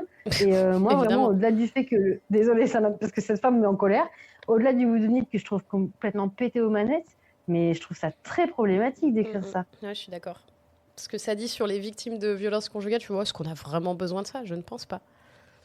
Ça, c'est beaucoup dans les films d'horreur aussi. Quand même. Ouais, mais justement, on est en 2026. C'est le Kill Bill the Bride qui se venge de ce qu'elle a subi, etc. Ouais, mais en fait, sauf que là, c'est pour se venger en devenant une tueuse. Et en devenant folle, et en kidnappant la fille de la meuf dont elle est obsédée. Enfin, vraiment, puis c'est un truc... Vraiment, c'est les fous, tu vois, c'est pas une psyché torturée, machin, c'est genre, ils sont fous. C'est vraiment c'est psychophobe, vraiment de mettre l'espèce de truc de les fous. Et elle veut tuer la meuf qui l'a aidée, quand même. Arkham. Tu vois, il y a un truc où ça ne fonctionne pas. Et que tu te dis, on n'est pas sur du revenge, juste revenge, quoi. Avant de se lancer sur la grande révélation, on l'a fait pendant tout l'épisode, mais c'est pas grave. Parlons des méchants des films précédents qui apparaissent à la télé. Donc il y a la méchante du 2. Oui, la mère de Elle a été rajeunie ou... Parce que j'ai vu que le méchant du 3 n'est pas rajeuni. Ouais, j'avoue, Ouais, mais il est encore beau gosse, le méchant du 3. Ouais, il est encore bien. Gosse, ouais. Il est encore bien. Ça, rien à dire. Mais ouais, donc... et il y a Dewey qui est là aussi. Voilà. Il avait pris un peu de Keta et du coup, il est passé par là. On dirait vraiment qu'il sort de boîte de nuit. En plus, il a un t-shirt Ah, moulant et tout. Il a une mèche, un t-shirt moulant. T'as l'impression que... Et tu sais, c'est le Dewey de la pochette alternative de... Je crois que c'est pour le 2, où en fait ils ont toutes des coupes mais qui n'ont rien à voir avec le film. Enfin, il y a en tout cas une affiche de Scream où vraiment tu la vois, tu te dis mais qui a pris ce photoshoot? Et du coup Arquette il est vraiment en mode ouais salut c'est moi. Il a la frange de sa meuf en fait. Il a la frange de Gail dans le toit. Quitte à faire de l'IA, ils auraient pu faire revenir cette coupe de cheveux horrible. Le seul truc qu'ils n'ont pas encore ressuscité, c'est la coupe de cheveux de Gail, quoi. J'aimerais qu'en fait le tueur il la kidnappe et il lui coupe la frange. Dewey. C'est un fétichiste du 3 et il lui refait cette coupe de cheveux calamiteuse. Et franchement, c'est toujours un meilleur film que Scream 7. Et Dewey réapparaît donc vraiment le temps de dire une réplique ou deux, mais il y a son thème musical qui joue quand même. C'est terrible, c'est Le terrible. dang, dang, dang. C'est terrible. C'est peut-être la pire truc du premier film qui revient dans chaque film. Et ça me fait rire à chaque fois parce que c'est pas comme Nick Cave qui a quand même du cachet et de la boue. C'est classe d'avoir du Nick Cave dans ton film, tu vois. D'avoir la petite musique country à chaque fois que Dewey apparaît, je trouve que c'est tellement étrange. Et qu'il le garde même dans ce film-là, je trouve ça génial. Et puis surtout, c'est un personnage qui est mort, c'est un deepfake, c'est un truc. Et on va quand même mettre le thème. Le down, down, down.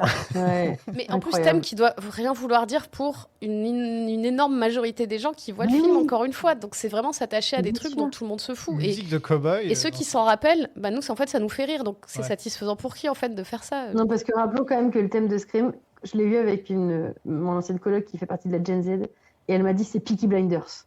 Déjà. Oui, c'est vrai. vrai. Ce constat-là. Ouais. Ah oui, c'est vrai que maintenant c'est la Donc, musique le thème de Peaky de Dewey. Blinders. Ouais. Ils refont donc la toute première scène du premier film. Et voilà, donc c'était en fait le gars de l'hôpital psychiatrique qui est en fait un génie de la tech, et la voisine qui est en fait une folle, et aussi l'autre fou qui était aussi de l'hôpital psychiatrique, et en fait c'est des fous, des fous, des fous. J'en ai marre des films où la motivation des vilains c'est juste LOL, ils sont fous. Je m'étais longtemps énervé quand on avait fait les Jokers à l'époque, parce que les Jokers niveau psychophobe c'est pas mal.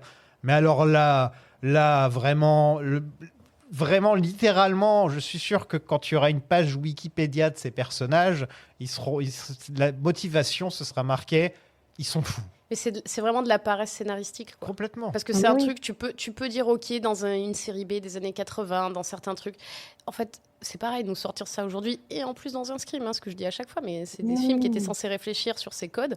Tu dis, mais c'est une paresse. En fait, le film est devenu, il se vautre en tout cas dans les clichés qu'il était censé contourner, dénoncer, etc. Donc ça ressemble plus à du Scary Movie que à du Scream au final. Et moi je trouve ça pathétique, quoi. Mais pour le coup, Scream est devenu Stab. Hein. C'est super triste à dire. Hein. Ouais. Mais aujourd'hui, Scream est en train de devenir ce qu'il critiquait, et clairement, on est plus devant un Stab 7 que devant un Scream 7. Vous trouvez pas que ce serait bien un jour si, pour revenir sur ce que je disais tout à l'heure, le fait que la ville n'aime pas Sydney, les endroits où elle va, et qu'en fait t'apprennes qu'il y a une sorte de complot contre elle, des gens de la ville comme dans Hot Fuzz, tu vois en fait que tous les gens de la ville veulent tuer Sydney. En fait, ils ont tous un masque et un couteau. C'est le kit quand t'aménages dans la ville, on te donne le masque et le couteau, et ta truc c'est de lui faire peur pour qu'elle déménage. En fait. Voilà. Et c'est le plus gros prank à l'échelle d'une ville. Ce serait génial, non? Encore C'est une ça fois, qu'ils doivent faire. un meilleur scénario Bah, que bien celui sûr. de Scream 7. Bien sûr. Franchement, mais payez-nous, on a plein d'idées. Paramount, contactez-nous. Ouais. Et donc, pourquoi elle a tué son propre fils? Voilà. Sa J'ai la motivation, réponse, c'est parce qu'elle qu'elle est folle. Et- Je crois que j'avais dit ça sur le précédent, ou je sais plus quand j'ai dit ça dans un podcast une fois, mais parce que c'est Orangina Rouge, tu vois. Pourquoi est-il si méchant? Parce qu'en voilà. fait, il n'y a pas de réponse, quoi. Mais oui, ça n'a aucun sens. En tout cas, là, le méta est vraiment appuyé parce qu'elle appelle Sydney directement la Final Girl. Et ensuite, elle explique plus ou moins que elle représente les fans qui voulaient absolument que Sydney revienne dans chaque film.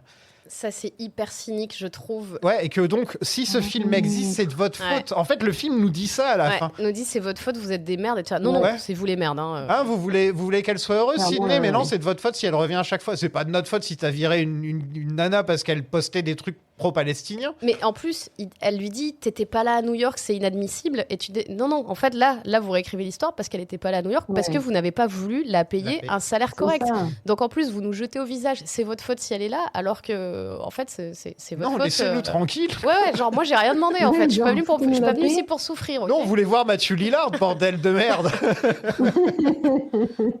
La seule raison d'aller voir ce film. Il y a même plus de Dewey, mais quel est l'intérêt? C'est vrai. Voilà. Dewey, c'était le cœur, le personnage sympathique, le Ringo Starr de l'équipe. Voilà. T'enlèves Ringo, il n'y a plus rien qui tient debout. Et Sidney Tatum s'occupe donc d'elle extrêmement violemment. Hein. Ils lui font exploser la tête avec leur flingue. Et voilà, ainsi se termine la saga Scream pour l'instant. Ouais. Sid et Gale se font un câlin. Voilà, girl power. Et tout le monde a appris une leçon. Et la leçon, c'est qu'il ne faut pas que les gens sortent de l'hôpital psychiatrique. La leçon, c'est qu'il ne faut pas écrire Il faut des les films garder comme ça. enfermés à tout jamais. Voilà, c'est ça la leçon du film. Et voilà, qu'est-ce que vous avez pensé de ce Scream 7 ? On va commencer avec toi, Mylène. Un dernier mot sur le sujet. C'était de la merde. Merci, Mylène. Non, mais autre ça, voilà, j'étais pas partante et je suis quand même déçue. Voilà. C'est vraiment un gros tas de merde. Marie. Bah, pas beaucoup mieux que ça. Hein. Non, mais vraiment, on l'a dit tout au long de l'épisode, quoi. C'est décevant. Tu t'attends à être déçu et t'es encore plus déçu que ce à quoi tu t'attendais, alors que nos attentes sont déjà très très basses. Et je trouve qu'à ce niveau-là, ça devient une performance de nous décevoir quand nos attentes sont aussi basses, quoi. C'est terrible. C'est une belle pirouette que tu viens de nous faire là, dans la manière de... Non, mais c'est... Les attentes de... non, mais en fait, non, mais c'est fou. Tu te dis, non, mais je m'attends à rien et je suis déçu, quoi. Donc. Ouais, c'est... Moi, personnellement, j'y suis allé en me disant, bon, je suis pas le plus grand fan de Scream, mais j'ai tellement passé des bons moments à discuter avec vous et tout, et il n'y a rien à détester ou à haïr dans Scream. La plupart du temps, ça arrive de temps en temps. Genre le 3, j'avais vraiment pas aimé. Je suis sûr que si je regarde le 3 maintenant, je vais dire, en fait, il est fun. En fait, il tente des trucs. Ok, c'est le demi-frère qui sort de nulle part et tout. C'est complètement con, mais au moins, voilà, il y a une tentative. Il y a le tournage du film. Il y a quelque chose. Là, on nous refait la scène de Dawson qui passe par la fenêtre, Drew Barrymore qui se fait attacher. On nous refait tellement de trucs qu'on a déjà vus, en fait. Et en moins bien. On nous remet la maison du premier. Oui, c'est ça. D'ailleurs, c'est pas la première fois qu'il y a un délire avec la maison. Il y a la maison de Sydney dans un des films précédents aussi. C'est dans lequel où ils ont refait la maison de Sydney. C'est dans le 3. C'est dans le 3 aussi. Je crois qu'ils font la maison voilà, de tu vois, de cinéma. C'est même plus des clins d'œil, c'est qu'en fait, ils récupèrent des trucs, ils se rappellent même pas qu'ils ont fait ça. Ils se rappellent même plus, ils ont oublié. Il y a plus personne qui s'occupe de la logique dans ça. Mais après, il y a qu'un point positif. Je Ouais. sais pas si c'est avec Marie qu'on en parlait. C'est que du coup, j'avais pas envie d'aimer le film par rapport à tout ce qui s'est passé. Et du coup, je remercie Scream 7 d'être autant un film de merde. Parce C'est que vrai. du coup, c'est facile de le détester. C'est vrai. Ouais, c'est vrai. Tu peux pas dire je dois leur accorder un point parce que quand même il était bien et tout. Non, en fait, c'est Voilà. vrai. Si tous les films à cancel étaient aussi mauvais, ce serait facile de tout cancel. Ouais, voilà. Ouais, c'est vrai. Là, tu peux. Ouais, là, t'es même pas obligé d'utiliser la politique pour Ouais, tu justifier. peux juste dire le c'est un fait très que- mauvais film, je ne le reverrai plus. Voilà, totalement. Moi, j'ajouterais juste... Madame, je ne n'écrirai rien sur ce film, c'est une merde. Voilà. On a quand même parlé de 2 heures, mais bon. Oui, parce que quand je suis arrivée, tu m'as dit de toute façon ça va aller vite, il y a pas grand chose à dire. Et là, je vois l'heure qui tourne et je vois qu'il y a Ouais, je beaucoup suis de choses désolé. à dire. Ah non, mais moi ça me va. hein. Désolé, c'est de ma Non, de mais ma moi, faute. avec Mylène, on a tout notre fiel à déverser sur ce film parce C'est- que mine de rien, Non, on les c'est- attend quand même. Tu Ouais. vois. Non, mais c'est de ma faute, Bah j'avais oui. des questions bêtes et puis j'ai dévié sur Buffy et compagnie. Donc ça m'arrive souvent. Tu savais très bien ce qui allait se passer. Marie et moi, on se retrouve tous les ans pour faire un festival qui s'appelle Stabaton. Donc bon, tu savais très bien. Oui, et puis c'est quand même quoi là. Vous deux, ça fait combien de fois que vous venez à deux dans le podcast pour parler de Scream Vous étiez venu pour le tout premier. Non, parce que moi je crois que j'ai commencé le 4. Mylène est venue pour le tout le premier. Je suis Je à peu crois que près j'ai fait le sûr. premier, ouais. Je me souviens plus T'es exactement. venu pour le combien j'en ai 4 fait, et à partir exactement. du moment où il y a eu les sorties régulières, Et après, donc on a le fait les 5, 6, suivants. 7, vous Ouais. les avez fait avec moi. Donc oui, je commence à vous connaître. un Ouais, petit mais peu. moi le 4 c'était ma première participation à la Ta saga. première, ouais. Ouais. T'es arrivé pour mon préféré après le 1, le 4. Je l'aime bien. Je pourrais le revoir là. Tu vois, il n'y a pas beaucoup de Mais, Scream. où je mais me de toute dirais, façon, tiens. moi les 4 premiers, je pourrais les revoir à l'aune de ces Ouais, en 3 vrai, ouais. suivants, tu vois. Par contre, je m'en fous complètement de voir la nouvelle génération, même si bon, ça se regarde les 2 premiers, mais là. Qu'est-ce que vous pensez quel sera l'avenir de la saga pour vous, à votre avis? Parce que là, il y a Lila et Nora Zuckerman qui ont signé pour écrire le prochain film. Elles sont surtout connues pour leur travail à la télé. Poker Face, par exemple, Fringe et Agents of S.H.I.E.L.D. Voilà. Donc, on a été chercher des scénaristes de télé pour écrire le prochain Scream. Donc, en tout cas, Williamson ne revient pas. Bah, on le remercie, hein. Ça suffit. On va te reposer. Moi, je sais pas, là, j'en attends vraiment plus rien. Alors néanmoins, j'irai voir les films sûrement le premier jour de leur sortie, ou à la Projo Presse. Je précise que celui-là n'a même pas eu de Projo Presse. Ah ouais. Ouais, parce que, alors, c'est pas toujours. Il y a des très bons films. Tu vois, Sinners n'a pas eu de Projo Presse. Donc ça peut arriver. Mais là, justement, les deux précédents, le 5 et le 6, avaient eu des Projo Presse. Je crois le lundi précédent, la sortie, un truc comme ça. Là, il en a même pas eu et c'est pas bon signe. Ils ont fait, mais comme disait Mylène, ils ont fait une Projo influenceur. Je crois que c'était à minuit le soir, à minuit le mardi, le soir de la sortie. Ils devaient passer le 7 et finalement, ils ont passé Scream 1. Et la plupart des journalistes horreur n'ont pas été invités. Il y a eu une projo du premier avec Neve Campbell pour vraiment brosser les fans dans le sens du poil. Et après, la projo du 7 elle était à minuit. Ouais, était à minuit. C'était une avant-première déguisée un peu en projo presse parce qu'ils ont fait venir des influenceurs et tout machin. Mais qui a envie d'aller voir ce si mauvais film à minuit? Pas moi, quoi. C'est dommage parce que Scream, c'est un bon film de minuit, normalement. Oui, mais le premier, hein, mais aller voir celui-ci à cette heure-là, dans Paris, moi j'aurais la flemme, quoi. Ouais, et puis s'il y avait une projo, t'aurais pas eu à payer de billets et à donner de l'argent à ces gens-là. Ouais, bon, après moi j'ai une carte de presse, donc je paye pas le cinéma, mais le fait que ce soit comptabilisé, oui, me gêne toujours, quoi. Et toi, Mylène, t'attends quoi? Moi, franchement, je pense que, et ça c'est super triste et ça me fait mal au cœur parce que Scream n'a jamais été voué à avoir beaucoup d'opus. Ça, j'en suis persuadée, et de toute façon, Wes Craven, il a jamais été pour les suites de franchise ni rien. Je pense que Scream va devenir un slasher lambda et un slasher Netflixable. C'est pas pour rien qu'on demande à des scénaristes de séries de venir, c'est parce qu'il va falloir produire vite. Et ça va être fait plus comme des épisodes que comme des films qui vont suivre et qui vont vraiment être quali. Et ma crainte, c'est qu'en fait, à terme, Scream finisse par être un film de plateforme, tu vois. Si jamais ça descend mais qu'ils veulent continuer, ils vont juste le mettre sur une plateforme en mode on s'en fiche, quoi, pas de sortie cinéma. Là, il y a encore trop d'argent en jeu, donc ils le sortiront en salle. Mais c'est aussi un risque. Paramount a déjà fait des coups comme ça, de dire finalement, même s'il y a beaucoup de gens, on le sort juste en VOD. Et franchement, là, vu comment c'est parti, ça annonce rien de bon, quoi. Et vous pensez que ce sera avec Sidney, sa fille, etc.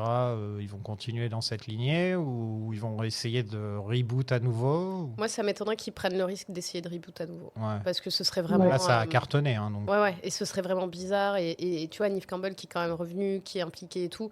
En fait, je pense qu'elle, du moment qu'il lui donne de l'argent, elle restera là, tu vois. Et puis c'est aussi inespéré pour une actrice comme elle, tu vois, qui fait quand même pas grand-chose. C'est quand même vraiment des sommes d'argent qui sont énormes. Donc elle, tant que tu lui alignes ces quelques petits millions, elle va être là. Hein. Mais elle fait quoi, elle, en fait? Parce que je la vois jamais dans quoi que ce soit. Elle était dans une série à un moment, je crois, qu'elle avait un rôle important. Je crois qu'elle fait plus grand-chose. Hein. Autant Sarah Michelle Gellar, qui est de la même génération, elle a recommencé, tu vois, à reprendre... En fait, il y a plein de stars des années 90. Je pense aussi à l'acteur de The Faculty, dont j'ai oublié le nom, qui commence à se remettre et dans les séries, parce que lui, il fait The Pitt, et il a repris aussi de l'horreur avec Wedding Nightmare. Donc, il y en a plein comme ça, des petites figures oubliées qui commencent à reprendre du service. Mais pour le coup, Neve Campbell... Je crois qu'en vrai, à part faire de la prod et avoir une baraque dans le sud en France, elle fait plus grand-chose, quoi. Elle habite dans le sud? Elle n'habite pas dans le sud toute l'année, mais elle a dit sur Quotidien qu'elle adorait la France parce qu'elle avait une baraque dans le sud. Parce que je crois que son mari parle français. Enfin, non, je n'ai pas tout suivi. Après, j'avais trop le seum, ça m'a saoulée. Mais voilà. Faudra l'inviter au Stabaton. Bof, je préférais inviter Melissa Bardera maintenant. Genre, Neve Campbell frappe à ta porte. Elle te dit salut. Vrai, elle te dit c'est ici le Stabaton. Est-ce que tu lui claques la porte au nez? J'invite Rose McGowan, j'ai triché. Je dis Tatum, je t'aime. Non, en vrai, Neve Campbell, j'ai l'occasion de la voir, il faut quand même être honnête. En vrai, je pleure. Voilà, il faut être honnête. Bien sûr que si j'ai l'occasion de la voir, je serais très contente de la voir. Parce que ça reste quand même l'une des Final Girls qui m'a le plus marqué dans ma vie. Et avec Jamie Lee Curtis, oui, elles ont fait ma culture horrifique. Donc, même si apparemment les deux n'aiment pas les films d'horreur, je leur pardonne. Okay. Tu sais que mon mari était vraiment toxique. J'étais totalement prise au piège et je voyais pas d'issue. Et puis j'ai lu Loin des ténèbres de Sidney Prescott. Oh, il est tellement génial ce bouquin. Et là, j'ai compris que ta vie se résume à une seule et même vérité. Sidney Prescott tue le méchant de l'histoire. C'est ton karma, ma chérie. Tu es l'incarnation de la Scream Queen. Celle qui survit toujours. Mais ensuite, tu es partie. Et t'es pas allé à New York. Ghostface sans toi, c'est pas la même chose, ça compte pas. Tu as disparu. Pourquoi, Sidney?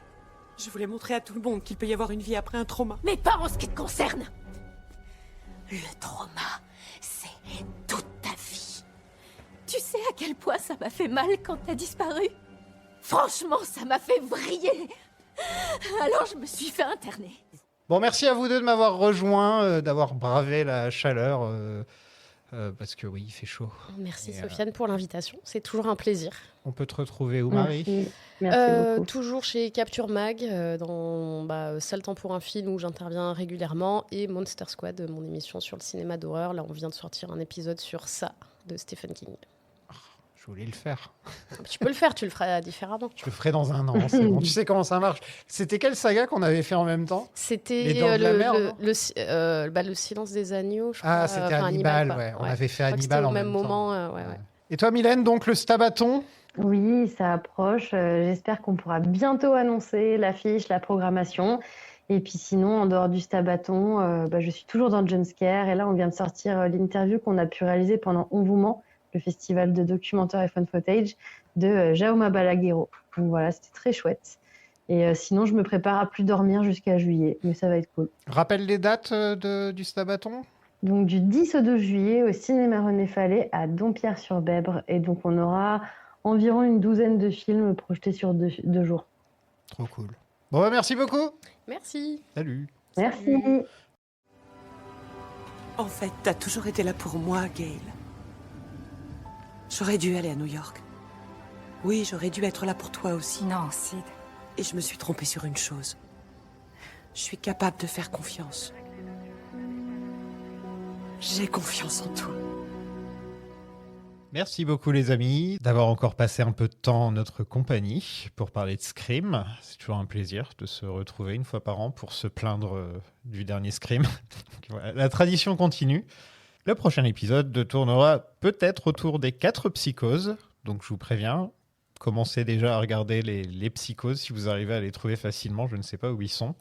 Le premier, c'est bien sûr le Psychose d'Alfred Hitchcock, un classique. Donc je pense que de toute façon, en général, on devrait tous avoir vu ce film. Donc si ce n'est pas le cas, regardez-le. Et voilà, on va parler de ça avec Paco Mtielman. Donc ça devrait être intéressant si vous connaissez un peu le personnage. Et sinon, je suis en train de chercher des invités pour Avatar. Donc n'hésitez pas, si vous connaissez des spécialistes d'Avatar, n'hésitez pas à me les envoyer. Enfin, Abadar, bien sûr, comme vous savez qu'on l'appelle comme ça dans le podcast. Du côté de Marvel Initiative, actuellement, on est en train de faire des Thor et bientôt Spidey. Donc voilà, si vous voulez m'entendre parler de films de super-héros, Marvel Initiative est là pour ça. On a fait tous les films de super-héros, je pense. En tout cas, Marvel et DC, il doit nous en manquer 2-3, mais sinon, on a presque tout fait. Donc voilà, si ça vous intéresse, on n'est pas toujours très gentil avec les films de super-héros, je vous préviens. On n'est pas des gros fanboys. Mais si ça vous intéresse, on a fait les Batman, les Superman, les X-Men, les Spidey. On a tout fait à travers les années, puisque le podcast existe depuis 9 ans maintenant, je crois. 2017 ou 2018 ? Je ne sais plus exactement. Du côté de mon podcast Lynch Planning, qui se focalise sur la carrière de David Lynch et sur la série Twin Peaks, nous sommes toujours en train de faire la saison 3. Et là aussi, Paco Mtielman est apparu régulièrement dans le podcast. Donc si vous aimez le bonhomme, n'hésitez pas à aller écouter le podcast. Et surtout, Twin Peaks est actuellement disponible gratuitement sur Arte. Donc si vous n'avez pas encore vu Twin Peaks ou que vous voulez revoir Twin Peaks, vous pouvez facilement trouver les épisodes sur Arte et écouter les épisodes du podcast en même temps. Comme ça, vous pourrez avoir un petit compagnon pour vous aider à vous y retrouver un petit peu mieux dans l'univers de Twin Peaks. Sur Patreon, on a parlé de Star Wars. Ce n'est pas parce que tu parles que tu es intelligent. Puisqu'avec l'ami Seb Galano, on a parlé de tous les films Star Wars, vu qu'on a fait tous les commentaires audio de tous les films Star Wars. Et là, on a bien entendu réagi à la sortie et à la qualité plutôt douteuse de Mandalorian et Grogu. Donc on a pu en parler pendant une petite heure et on fera un commentaire audio dans pas très longtemps aussi, dès que le film sera disponible en VOD. Donc ouais, si vous voulez m'entendre parler de Star Wars et vous rendre compte qu'en fait je m'y connais un peu sur le sujet, c'est juste que c'est devenu une blague, le fait que j'aime pas Star Wars entre guillemets. Et d'ailleurs je crois que si je me trompe pas, cette semaine ou la semaine d'après, je serai dans plus que de la SF. Et là par contre j'étais de très mauvaise humeur, il faisait très chaud et donc j'ai passé mon temps à bitcher sur Star Wars, sur ses fans, sur George Lucas, sur Disney. Et j'espère que je vais pas recevoir des menaces de mort. Non, ce serait quand même assez radical. J'espère juste que voilà, je vais pas avoir mes mentions remplies de fans de Star Wars en colère. Je prépare un épisode, ou plusieurs même, de mon podcast perso, dans lequel j'ai parlé de beaucoup de choses. Maintenant, il y en a presque une quarantaine d'épisodes de mon podcast perso, sauf qui peut. Et là, je vais parler soit de la blacklist hollywoodienne à l'époque de la chasse aux communistes dans les années 50 aux États-Unis. Donc, sur comment Hollywood s'est déchiré à cette époque et comment il y a eu une blacklist avec de nombreux artistes, acteurs, réalisateurs, scénaristes qui se sont retrouvés là-dessus parce que soit ils avaient des liens directs avec le communisme, soit ils étaient accusés de participer à des activités communistes, comme par exemple la fête de l'UMA. Et sinon, je voulais faire un truc sur MK Ultra, comment la CIA utilisait le LSD pour laver le cerveau de certaines personnes et essayer de les contrôler. Et sinon, je voulais aussi faire un épisode sur le copaganda, c'est-à-dire comment les séries et les films nous vendent cette image de la police parfaite qu'il faut absolument respecter, qui ne fait quasiment jamais d'erreur. Je pourrais lister le nombre d'exemples, mais réfléchissez un peu au nombre de séries sur les flics qui existent, par exemple. Et je dois aussi faire mon épisode sur le Saturday Night Live, que je ferai peut-être un peu plus tard, peut-être plus cet été. Comme d'habitude, n'hésitez pas à réagir à cet épisode dans les commentaires sur Spotify, à mettre 5 étoiles un peu partout, le pouce levé sur YouTube, comme vous voulez, et à nous suivre sur Instagram, @lasagapod. C'est à peu près le seul endroit niveau réseaux sociaux où je poste, parce que je vais plus sur Twitter ou Blue Sky depuis très longtemps, je n'ai pas Facebook. Donc voilà, si vous voulez entrer en contact avec moi, c'est sur Instagram ou sur Patreon. Un grand merci aux plus gros contributeurs du Patreon, les Very Important Patou.